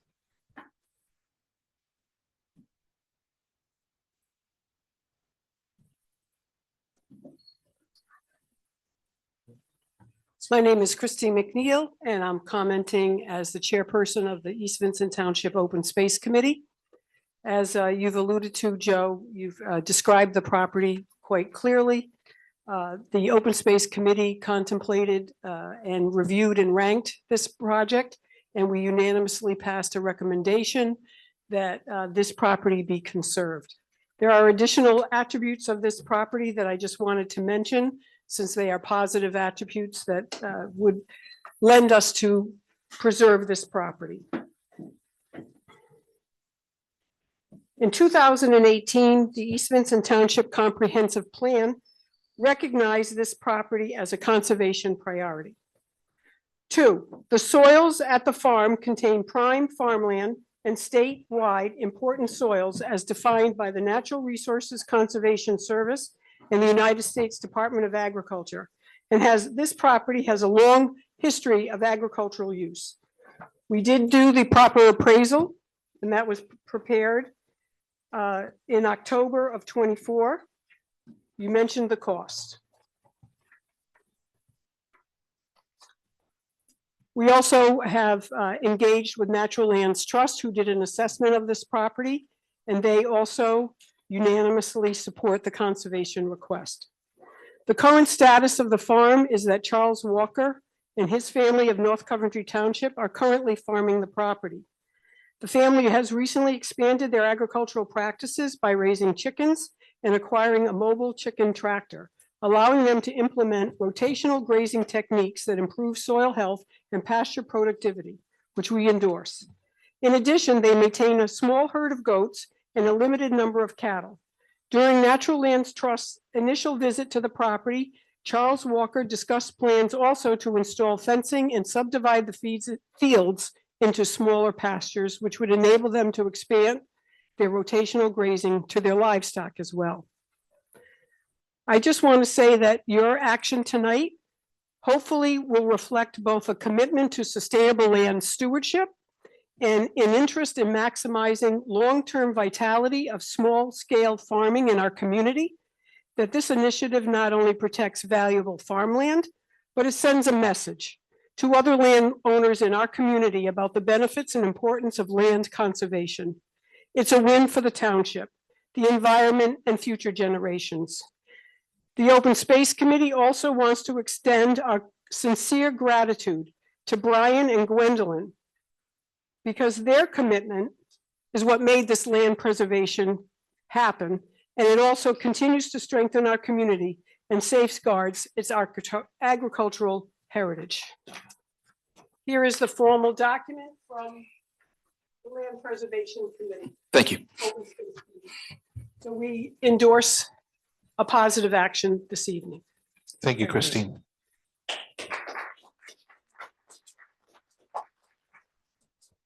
Any other comments during this public hearing portion of our meeting? Mr. Chairman, if I may. No. Okay. I just want to thank the Open Space Committee for their hard work and efforts in all this preservation efforts for the township, which aligns itself with the board with its goals and objectives here. And just want to recommend that the board consider this. And again, a sincere thanks to the Open Space Committee for all their hard work and efforts. Thanks, Bob. Any other, please? Hi, I'm Matt Chandra. I'm at 141 Keene Road. So this is, I am ecstatic to find out that this is even on the board. I have 7 acres right next to him. So to have his 20 acres be conserved, that would be fantastic. I really wish that the property next to me, just in East Coventry, had done the same thing, because I know we got 5 houses that are going to go up there, but this is phenomenal. Yes, absolutely. This would be fantastic. So please, yes. Thank you. Anyone online? Okay. Seeing no further comment, we will close this portion of the meeting, which is the hearing. And the next steps will be for me to prepare a resolution to bring before this board next month that would authorize the expenditure of those funds. Thank you. Great. Thank you. I'm going to move to the new business section of the agenda. One second.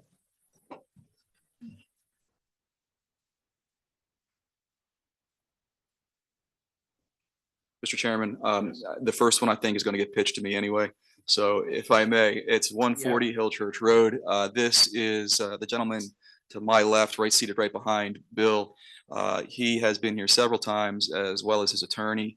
This is a challenging piece of property for which he has dreams of putting his own home on. There is a residence there now.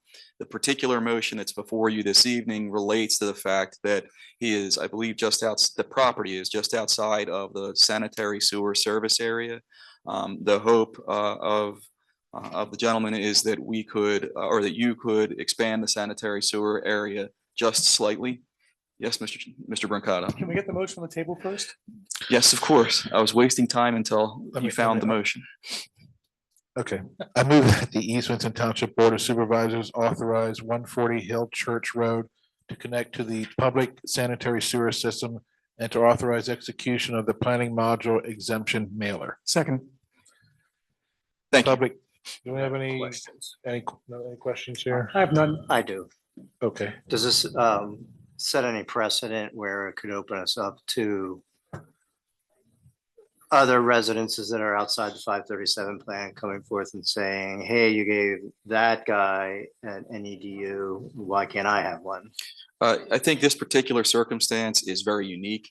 The property, as I said, is very difficult to develop. At one point, there's actually even a stub that's there for, for sewer to be provided to the property. It's one property over from where the area is. It's heavily encumbered as a result of floodplain. There is an existing dwelling on there. It's not currently occupied, but it is there. So again, there's a lot of unique circumstances here. On lot doesn't make much practical sense, as it would have to be located in a riparian buffer. So in short, no, I don't think this sets a precedent. Gotcha. Thank you, sir. thank you. Mr. Chairman, Yes, depending how the vote goes, I would like to thank the resident for your extreme patience. I know it's been kind of scary to go through this process, but I just appreciate your time, and I know the board does too as well. And to be clear, this motion potentially resolves a number of the variance requests that are part of the pending zoning hearing as well. There are some other studies that our township engineer and the applicant's engineer are working through, where if the data turns out the way that preliminary it appears that it will, the home will not be located in the floodplain either. So a number of variance requests will go away. good. I see that there's a hand raised online.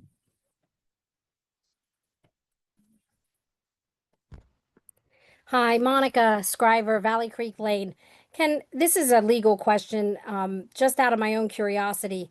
We learned last month that the existing house is in such ill repair that the whole thing has to be demolished. Isn't there something where if the house can't be saved, if the structure can't be saved, then there can't be another building put up onto that? I can't remember where I read that, but I just want to know for my own reference. Joe? Sure, Monica. Sometimes, yes. This is a very unique situation, again, where by doing some hydrolysis and hydraulic studies, it appears that when the FEMA maps change to identify where the floodplain is, it then extended to the point where the home was included. At this point, based on preliminary data, and Mr. Kissinger can explain this much better than I instead of me playing engineer, but it looks like the home the area where the home would be situated will be out of the floodplain. As a result, the only variance that would be needed would be with respect to front yard setback and maybe one or two others. So that's a long way of explaining it really doesn't apply to this particular scenario, but there is a doctrine of abandonment where then structures can't be rehabilitated. But I don't think it really applies here. And so then the 8 feet of soil won't have to be put down since it's not on the floodplain anymore? If the preliminary data suggests that, yes. Yeah, just expanding on that. So, and the homeowner has already kind of alluded to this last month, is that what really changed over time was the map. So if you went back to the FEMA maps that were when you purchased the home, the line went around the back of the house, and that line kind of just cut the corner in the new mapping. So nothing changed, topographically or in any way. Just unfortunate situation with the map. So their engineers are working through that, just doing the math to show that where the flood elevation actually is. And then, yes, the 8 feet of fill, like there might still be fill, but it wouldn't be in a floodplain, therefore it wouldn't require a variance. So, okay. But still to protect the floodplain. But we're doing that in concert, trying to collect more information about the actual condition of the property. Okay. Ed, thank you so much for bringing up setting a precedent. I think it's such an important point to make with any type of a variance when you're dealing with our zoning. So I really want to thank you so much for bringing up that point. Thank you for taking my question. Thank you, Monica. Is there any other comments on the motion? Call the question? All in favor? Aye. Aye. Going to move to. One step forward. Yep. I'm going to move to item B under new business. This is this is on the environment. Yes, I move that the East Vincent Township Board of Supervisors authorize expanding the Environmental Advisory Committee by 2 additional members. Second? Okay. Any questions? Is anybody here from the EAC? No? Okay. No. Let's go. Okay. I don't see any questions online. Okay. All right, I call the question. Okay. All in favor? Aye. Aye. I'm going to go to item C on the list. I move that the Board of Supervisors approve, and I'm going to change this a little bit here, approve the closure at this point in time of Fieldview Drive at the Magnolia Reserve property line and authorize the installation of emergency access gate. Do I have a second? Second. Okay. Any questions on this? Mr. I don't see anything online. We should probably just clarify, we did change a word in here or removed a word. And that this would apply at a different point in time. Is that, you want to comment on that? Sure, Mr. Chairman. I think that the intent is to have a permanent closure at some point in time. This Right. is the first step towards that permanent enclosure, permanent closure, not enclosure, permanent closure. So establishing the gate and allowing that to be used for emergency access is the intent in the long term. Okay, thank you. Mr. Chairman, if I may add, this was something that was raised by several residents on Fieldview Drive in regards to cut through traffic. There's a lot of children that are on the street, and the concern was that whenever that opened, they would see an increase of traffic. Right now, there's a sign that says, do not enter, and there were tree logs laid across there to try to block it. Well, what happened is the FedEx, UPS, and the Amazon drivers moved those. They were driving over the lawns because they did not want to drive out and around. So we actually put bigger trees, but this now will actually allow for the closure of the road with the gate, but then also allow all the emergency services access. So if they needed to go either direction, they would have easy access to go there, but it would stop this where you could have the potential of speeding down the street as an easy access to get out, or a lot of the speed is coming from these drivers of these vehicles. So this will help considerably, and it was something that the residents had asked for. Thank you. I don't see any other questions by those who were here and nothing I'll online. call the question. All in favor? Aye. Aye. Going to item D on the agenda. I move that the East Vincent Township Board of Supervisors authorize application to the 2025 PICO Green Region Open Space Program for the East Vincent Township Food Forest Project in the amount of $10,000. Second. Okay, any questions on this? Is this a matching grant? Yes. Yeah, they applied for a grant. This is the map, and you have matching summit. Is anybody here from EAC again? Parks and Rec. Parks and Rec. This one? Parks and Recreation. This came up the last night's EAC meeting. Yeah, I think it's something that Actually initiated through the Parks and Recreation. There is a food forest actually being proposed here at the township building out Right. in the field there. Mhm. This is a secondary, or this is actually monies to help with this one here. So there was one that was being considered for Independence Park, but I think there's a wait on that for seeing where the construction takes place before that actually is Okay. put in. So this is actually towards this here. This was presented, a young man presented this to the Parks and Rec Board. which kudos to him coming up with something very creative. Yes. And Parks Board taking this and seeing the benefits of this and running with it, and then looking for a way to offset the expenses. Great. It has been well received on the county side as well. They've already come back to us with a couple questions and clarifications, so. Good. It is looking promising. Good. I don't see any questions. I call the question. All in favor? Aye. Aye. Gonna move to item E. I move that the East Vincent Township Board of Supervisors approve resolution 2025-15 supporting the Friendship Ambulance LSA grant application for the proposed EMS building at Independence Park. Second. Yes. Bob, I think the. Okay, go ahead. Yeah. So essentially the Friendship Ambulance Group is looking for a grant of their own in order to build the structure on the property at Independence Park. Mhm. And so this is just basically the township would partner with them and go through that support, but the match funds and things would come from them. Do we have an approximate amount for this grant? I don't know that I saw that. I didn't see it either. That's The last cost estimate I saw was pretty high. Okay. But it was, but I mean, very inclusive of all the different things they needed to provide there. Will this include the restrooms for the park? Yes. Okay. I don't see any questions online, and is there any questions in the audience, from the audience? I call the No? question. Okay, all in favor? Aye. Aye. Moving to item F on the agenda, I move that the East Vincent Township Board of Supervisors approve the police drop program.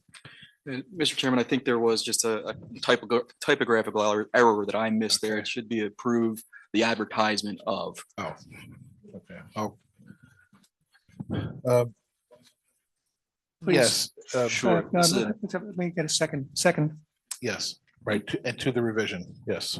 So just for a brief background, there is a deferred retirement option plan program that is available for uniformed and non-uniformed employees. This in particular is with respect to police officers in the township. Mr. Zinkowski has been championing this for quite some time. We have prepared an ordinance. That ordinance has certain requirements in it as per statute. And then there is help from I think it's the municipal government program coordinators or whatever. I probably have the terminology a little off at this late hour, but in any event, this is something that Mr. Zinkowski has been very active in trying to push forward. So at this point, there are a few more questions that we just have to fill in the blanks for, and then we'll be able to move the ordinance to advertisement and to this board for adoption if you authorize the advertisement. Any questions from the audience? I don't see any questions online. I call the question. All in favor? Aye. Aye. Go to item, Chairman, if I may just add briefly, the drop program, the advantage I see is this allows for a transition between the leadership and the department. So that you have a phase out, and it's not where if we have 4 officers could retire tomorrow, there's an option for them to continue on it. We look to transition that to move leadership up, get the training available. So at the time that that person would depart, we could have the individuals in the police department trained and ready to go, which I want to just comment that our police chief has done a great job with bringing the leadership together in the department. okay, I'm going to move to the next item on the agenda. This one, let's see it in the. It's a presentation of the road program. Yeah, the presentation from. Yeah, that's Yes. Mike. Okay.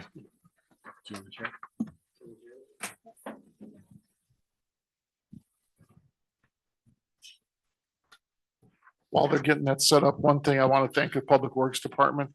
They actually, for probably $35, were able to connect this camera to the back camera. So this way, you're not, instead of before where that one wasn't working, we can actually bring up the same information so people will be able to read it instead of trying to figure out, wait a minute, what are you saying? Or I can't see it. So this is our big first test on this to make sure that this all works and coordinates this.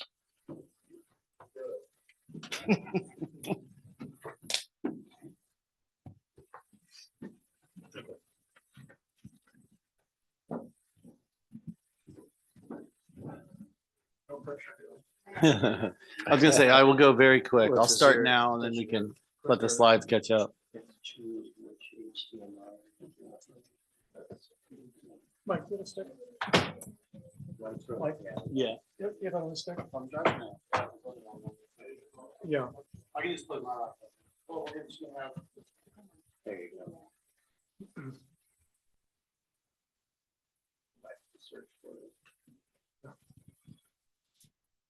Wait, just switch laptops.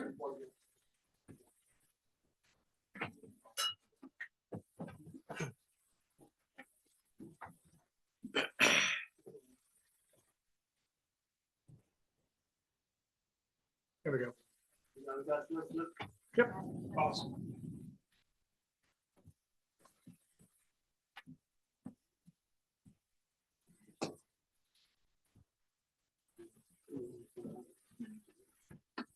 Okay, so just a quick presentation. I know that presentations at 11:20 are not really all that well received. So what we did is we have done a road program for the entire township. So you see there from the colored lines on the plan are all roads that we scanned in the township. So about 47 miles of roads. They're not all township roads. Some are local HOA roads and some also are PennDOT roads.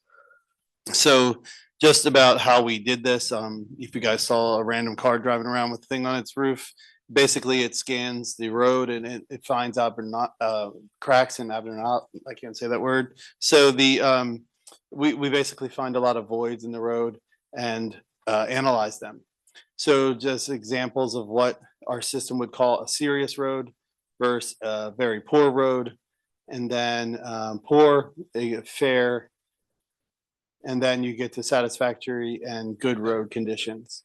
So again, this is what the map of the township looks like. You can see that the majority of the roads in the township are actually in very good condition. There are some yellows.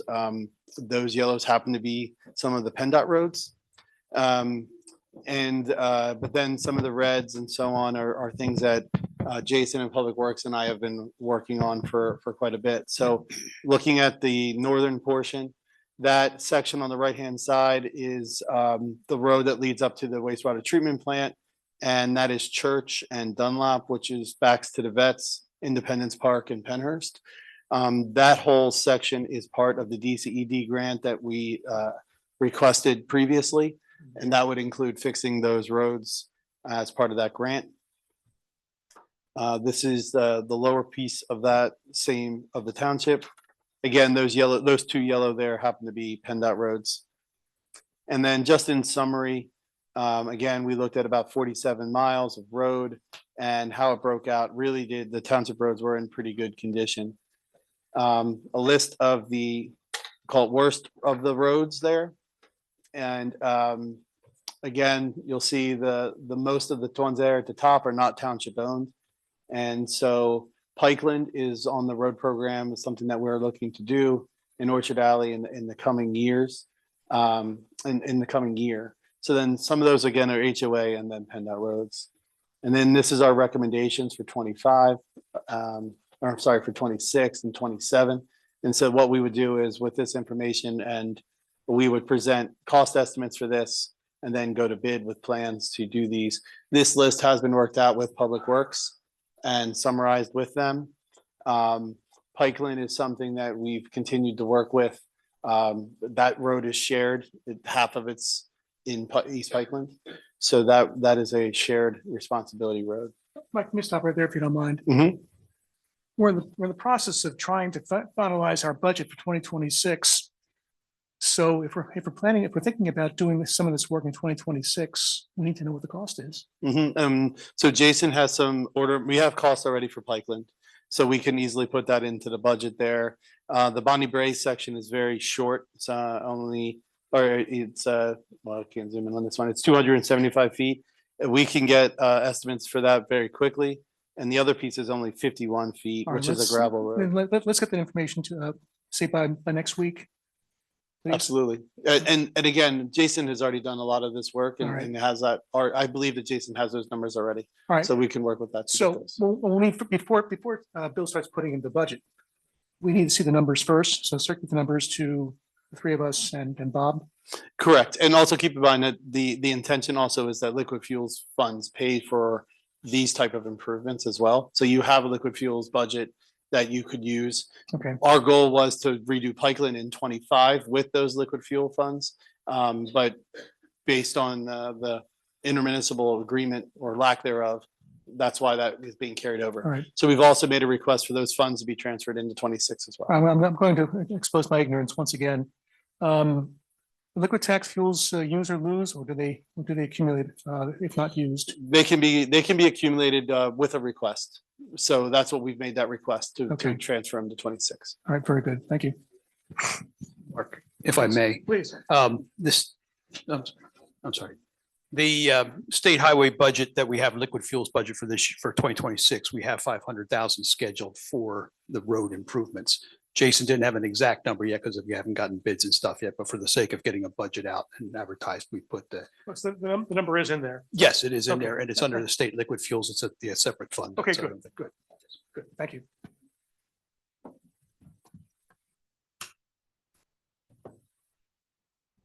Chairman's a question. Yeah. Yes, please. Are you finished? Larry Shank, 130 Shady Lane. What does it mean if the street is black? Shady Lane. The color code, Mike. Yeah, I believe it was not drivable the day that the truck went out, or the machine or car went out there. But yes, so I did notice that it's shady and then there's a. Was it on a weekend during October? It was not, but. Oh, okay. But shady, I believe, The we sign can actually send worked. another, we can redo and scan that as well. Okay, just one. Yeah. Thank you.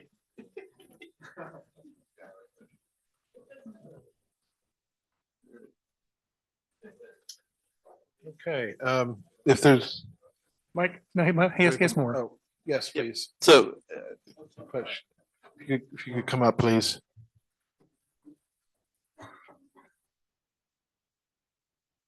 Sandy Huddle, 556 Park Road.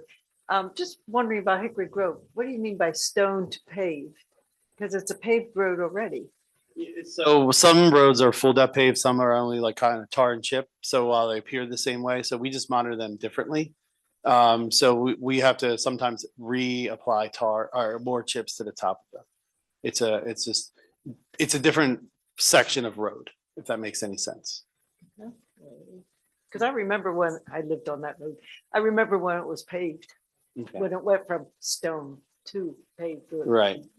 Most likely at that time. So not to belabor the point, but basically when we build a new road today, we would build a large section of stone, then we'd come back and put in a structural piece of asphalt, and then we put on the top piece. Basically, when my understanding is when that road was paved, they basically skipped that structural piece and went right to a top coat. And so we call it more of a tar and chip road than so on. So we monitor that road differently. That's all that we're trying to do. It's tar and chip. Yes, yeah, a little bit. Mr. Chairman, if I may. Yes. Also, too, one of the things we're changing is, in the past, the township would, when they repaved roads, they would just keep paving over the top of it.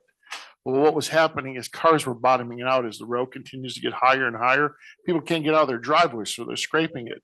So the method now is changing. We're going to start doing milling and then paving.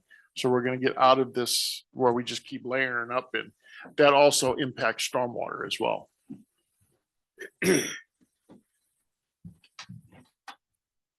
Okay. That's it. Okay, great. Thank you very much. Sure. I happen to have the next one on the agenda. That's why I'll Oh, you hang got out the next here. one? Okay, so next one is the discussion on the Parkerford Tavern survey. I'll just shut the whole thing off. So just to, I had sent this via an email, just a quick presentation of it. We did survey the property just to establish property boundaries and so on. There are a few encroachments along the property line here. However, it's a gravel drive, and then there is an access easement here that we were able to show where the property line were, and then that access easement. But this is more of just a report of what work we did perform and the findings. Mike, what'd you find? We found a gravel road off the left-hand side. We did find the access easement. We did find, if that's what you're referring to. Are there any encroachments? Yeah. Encroachments right here. So this property here, which is the subject to this access easement, has encroached on the property slightly. But again, it's a gravel edge that probably just expands over time as it's going on. Nothing too much. Mr. Chairman, if I may, a question. Mike, the way this is showing right now, it means that the town, where the tavern is at. Okay, if you could just point out where the tavern is. Yeah. Okay, the property, the area next to the tavern, if you're looking at it, would be to the left side of the tavern. That's township property, correct? Yes. And then the section even next to it there, that's township property, correct? Yes. Okay, so that's where I think there's a lot of issues and questions in regards to, that still belongs to the township. There's been encroachments over that by the property owner there, which I'm not sure whenever this property was sold. But I can't believe that actually the way this sits is where the actual buildings are, is the property line runs right alongside those buildings. So they technically have no access to their site unless there has been an easement granted by the township, which to my understanding, there is no easement, or has there been an easement Right there. granted? There is, yeah. So the township does grant them an easement. The township did grant them an easement at some point. We're digging into that document. But yes, you're correct. Like the driveway to that home is on township property with an access easement. They have extended a little bit again outside that access easement, but either way, you mentioned like in this number here about the 116, that's essentially the edge of the home. Right Okay. there. Like that's how close the home is to the line. So Mike, if you go to the tavern again, and to the left of the tavern, that site, is there any reason why? Because right now the tavern is restricted by how much parking that they actually have for the tavern. Can that be utilized by the township going through the process to actually put parking on next to the tavern?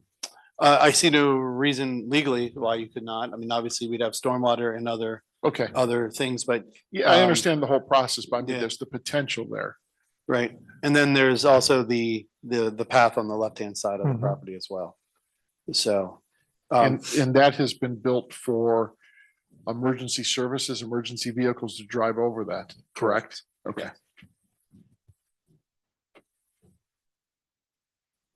And we're certain about the easement. We're certain that, it sounds like you're still looking for it, but. We're looking into it a little bit more just to make sure that the township's covered and protected. We can always address that if there's any kind of maintenance agreements and such inside it. But that's something I'll work with Joe on in order to make sure that that's in the township's best interest. Had been recorded, I would assume. It's a recorded document. It's recorded, yes. It is. Yes. Okay. All right. Thank you very Thanks, much. Mike. We'll move on to item I on the agenda. I move that the East Vincent Township Board of Supervisors amend resolution 2024-26, amending the holiday schedule for 2025. There are two highlighted dates on there, and I believe those are the ones we're talking about. That is correct. Yes. And do I have a second? Second. Okay. Any questions? No. No. Nothing online or so. All in favor? Aye. Aye. Aye. We'll move on to item J. I move that the East Vincent Township Board of Supervisors approve resolution 2025-16 establishing the holiday schedule for 2026. Do I have a second? Second. Any questions on this? Has it been thoroughly looked at with regards to say Jewish holidays and things like that that come up from time to time. See, yes, we have. And what we've done is we've changed Diwali falls actually this year. We observed that it is now on a Sunday. So to replace that, and I know, Ed, what you talked about, we've had a lot of questions from residents about the Jewish holiday this year. We will add Yom Kippur to that, to this list. Now, this will, just to extend this a little bit based on what Ed said is, we'll look at this again when we talk about the meeting dates into the next year, Absolutely, which is this is separate. I Correct, understand. right? correct. Yes, because Yes. we talked about that. I did that before. I Yes, know. and we will be looking at that for the various boards and Yes. commissions. Yes. Great, great.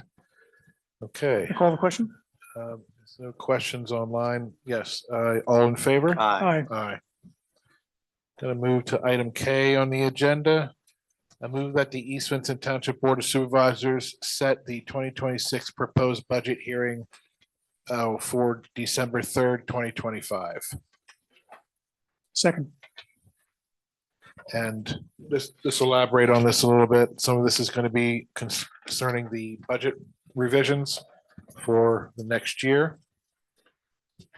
Some of you would have already probably received a packet on this. Is there any? Mr. Chairman, if I may, just to Yes, highlight. please. Yes. We had, at the last meeting we had, we discussed the budget in detail. We heard from the boards and commissions, the fire companies, the ambulance in regards to questions that they had, things they would like to see. We went back and worked on the budget here to see how we could accommodate all these requests. We did make some reductions in a public works, small dump truck and blower. What we're going to do is apply through the LSA grant to see if we can get the vehicle from there, and there is no match on that. So we're going to apply for that. We did remove one of the police vehicles that were being requested. We're going to move that 1 year, thanks to the chief and his their maintenance of the vehicles. With our health insurance, the cost did go up by approximately $38,000, but we will still realize a cost savings of around $90,000 a year. And that's from, again, 2 years from making the move from Delaware Valley Health Insurance Trust. One of the things that we did include here is the ambulance company had requested the township coverage for every resident and business in the township, that you would not have to pay if you had to utilize that service. You would not have to balance bill on that, that the township is covering that expense for our residents. So that is. At what cost? At what cost? It's estimated at $126,000. We also increased the fire company's annual contribution combined of $7,500. Ridge Fire asked for an increase. Theirs will go up $5,000. We added an increase to the historical events for Independence Day, which I know there'll be a big celebration. Want to thank the solicitor, since he's so popular, that he will be playing George Washington. So thanks, Yes. Joe, for riding in on a horse. So George Washington, Mark, I think, has volunteered as John Hancock is the signer of the Yes. of that. Yeah. And they've left me with Benjamin Franklin, since my hair is starting to fall out. Just starting? Just no, it's been falling out for a long time. We've also looked at with the municipal complex here, the improvements to this building, not only from the making it ADA accessible, as well as the improvements to the technology in the room here. But also too is under the municipal complex fund is the Parks and Recreation Committee is looking at making improvements to this park here. So we've added $500,000 for them to work on. Again, I know they've expressed that they want to continue for grants as well to help offset a lot of these expenses. So we'll be looking at that. Open Space Fund, we've added here for People's Park improvement line of $500,000. And What else? I'm we sorry, got? say it again, please. For People's Park, Yeah. to add $500,000 to the open space fund. So that can have actually the parking that is there, that would be required. And then also work that we would be working with NLT to traverse the wetland areas that are there, because there's a small access point to go in. And then also trail work that's in there. Hopefully, we're able to find all the traps that were left on that property, animal traps. So we'll continue to work through that as well with those. I have a question then. Sure. The 300,000 that we talked about at the last meeting, I think it was repairs to, is it Nottingham Drive or whichever, the road repair? We said that it might be finished this year, so we wouldn't need to have it in the budget next year. Or is it pumps? I'm sorry, pump station. Okay. Is that still in the budget? I think what's going to happen here is it's going to roll, and I think that's what Bill is considering, moving that, because we won't make that expenditure this year because the part is actually lost somewhere and it's coming from overseas, so we're not sure if it's sitting in a container at the Philly docks. No, we were told that you're talking about the part from Sweden. That arrived in October, we were told.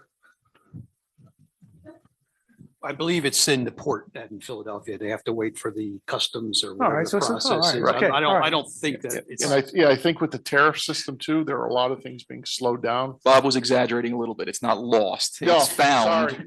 Sorry. It's just not here. Well, it's, Sorry, I apologize for the, it's in country, it's just in customs, got it. it's somewhere. All right.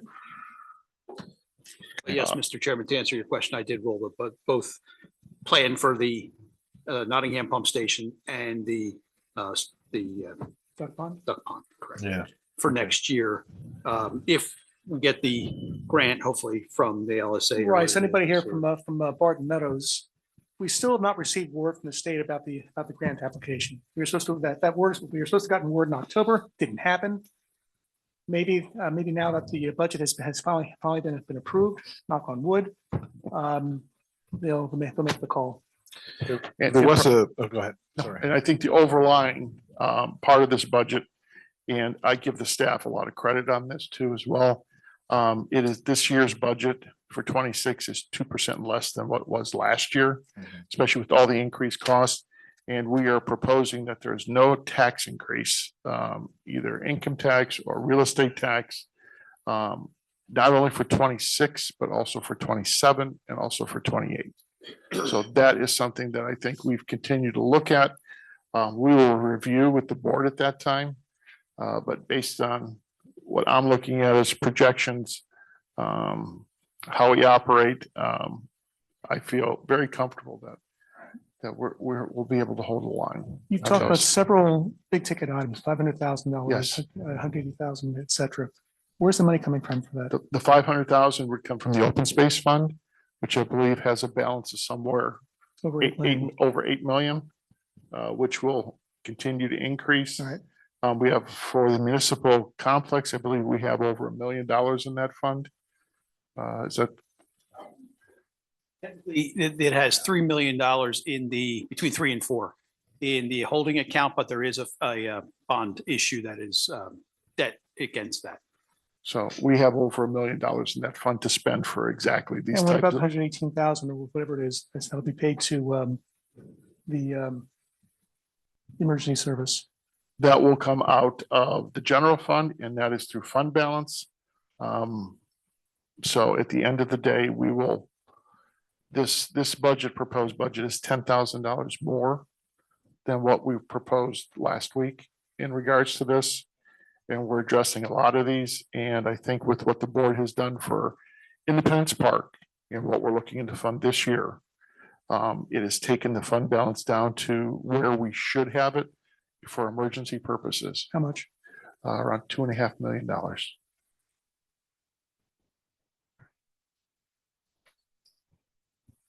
And that's my summary.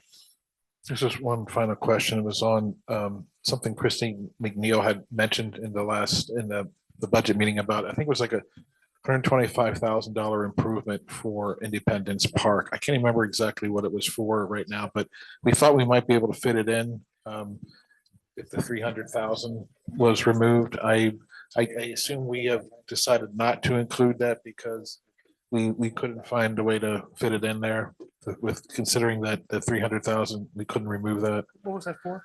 I can't remember right It was now. It was Green Road? No, she said. It was, I think it was, I remember it being like 125,000. That's, it was on the, it was on the wish list of things. I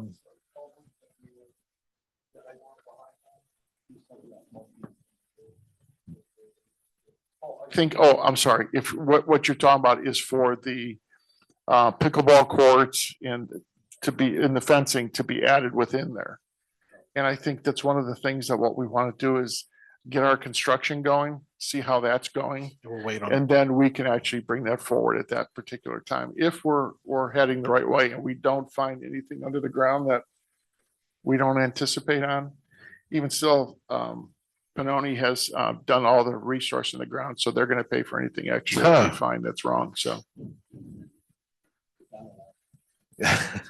So for the 75 or 70,000 for the fence around the multipurpose field, I did identify a grant application that is through the Pottstown Health and Wellness Foundation. We are in their service area and we have not taken advantage of that for many, many years. Well, let's do it. So we're going to be working together, Mike and I, to go, and I have a lot of people that are on that board that I know. I used to be part of the grant evaluation team there, so I do have a few connections Good. that I hope will Perfect. use. So then it would be a matching grant application. Perfect, Great. Thank you, Chris. thank you. Okay. Chairman, there's one question online. Yes. Hi, Monica Scriver, Valley Creek Lane. Can you tell me what the amount of our bond is?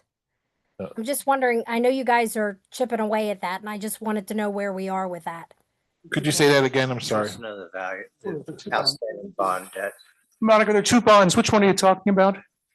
Whichever the one, Mark, when you came into becoming a supervisor, you mentioned our debt was like $17 million.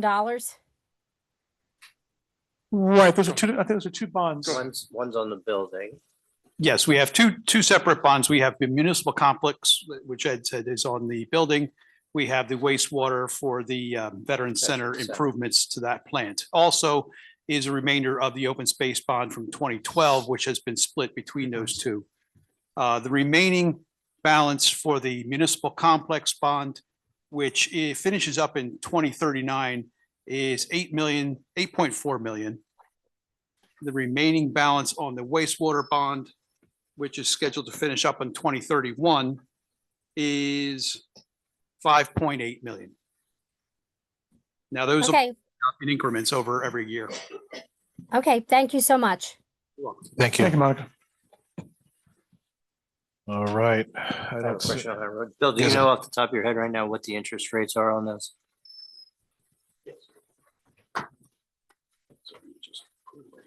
Sorry about that. They're like in the 2% range. Yeah, looking at the highest rate you have is 2.45 on the wastewater. And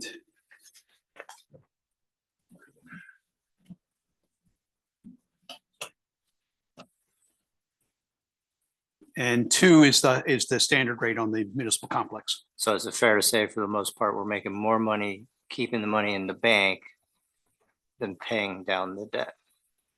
I would say so, yeah. Thank you. Thanks, Ed. We pass this? No, that's. Yeah, one of the things I want to point out, and I know Ed had asked for this, and I know the board would have been at least a year ago. We're looking at where our investments go and how we're doing. And I believe just for 25, just on interest that we have right on the general fund for that, for what our investment is, which is over $200,000 that we made just in interest. So again, kudos to the board for making sure that we're investing monies where they should be, and especially at the rates that we're able to take advantage of. We have motion to table, so I'll call the question. All in favor? Aye. Aye. I might, maybe we forgo, you guys tell me if you agree with this or not.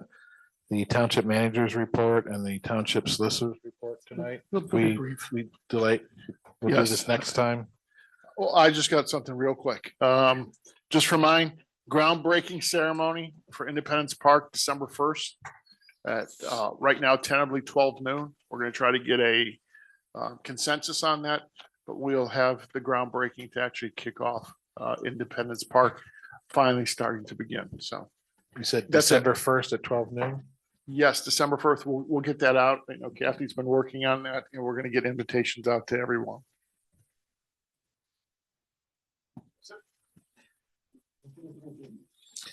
Mr. Chairman, you've heard enough from me tonight.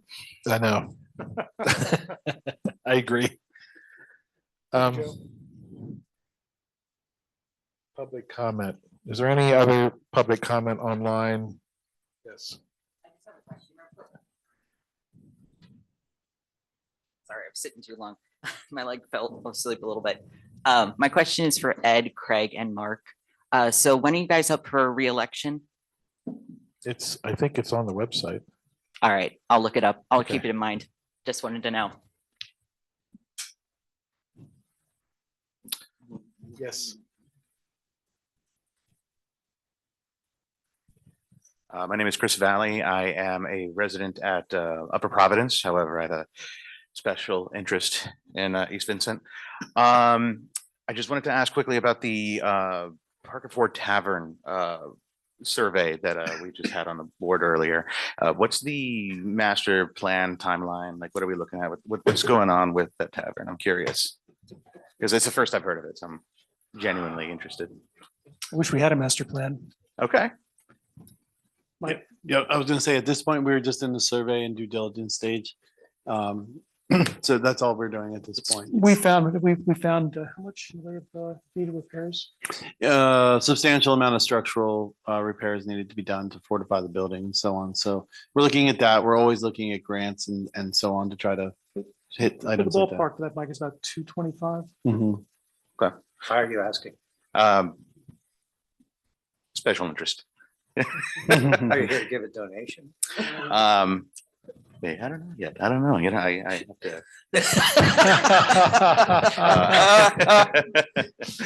It's fair to say that Mike is developing what the master plan could be with the help of the folks over here. So, So is there a vision at play at the moment for the? There is a vision. There is a vision. Yes, there is. Well, But also, there would be interpreted to it, because the front of the building, the windows and the door has a written 1766. So yes, we went, and there was some doing. Okay. And so some of the other windows might be factory, or the structural part of it is the first floor, but it's a unique floor. It's not just a floor that everybody's going, because it has, you go in the basement, it has tapestry, timber, Oh. stone put in between, and if you go on to the website, you go down to the historical commission, you go down to Park and Tavern, you'll see. Perfect. Explanation of that. So, when those timbers are starting to contribute, since 1766. It's been a while. Yeah, so that would be the biggest part of the structural. Yes, and we're looking at the doors, these doors, so we're making real progress. Sure. All right. Thank you guys very much. Oh, thank you. Thanks. I don't see any other public comment or questions at this point online. Or Move to in adjourn. attendance. I guess I'll second it. All in favor? All in favor? Aye. Aye.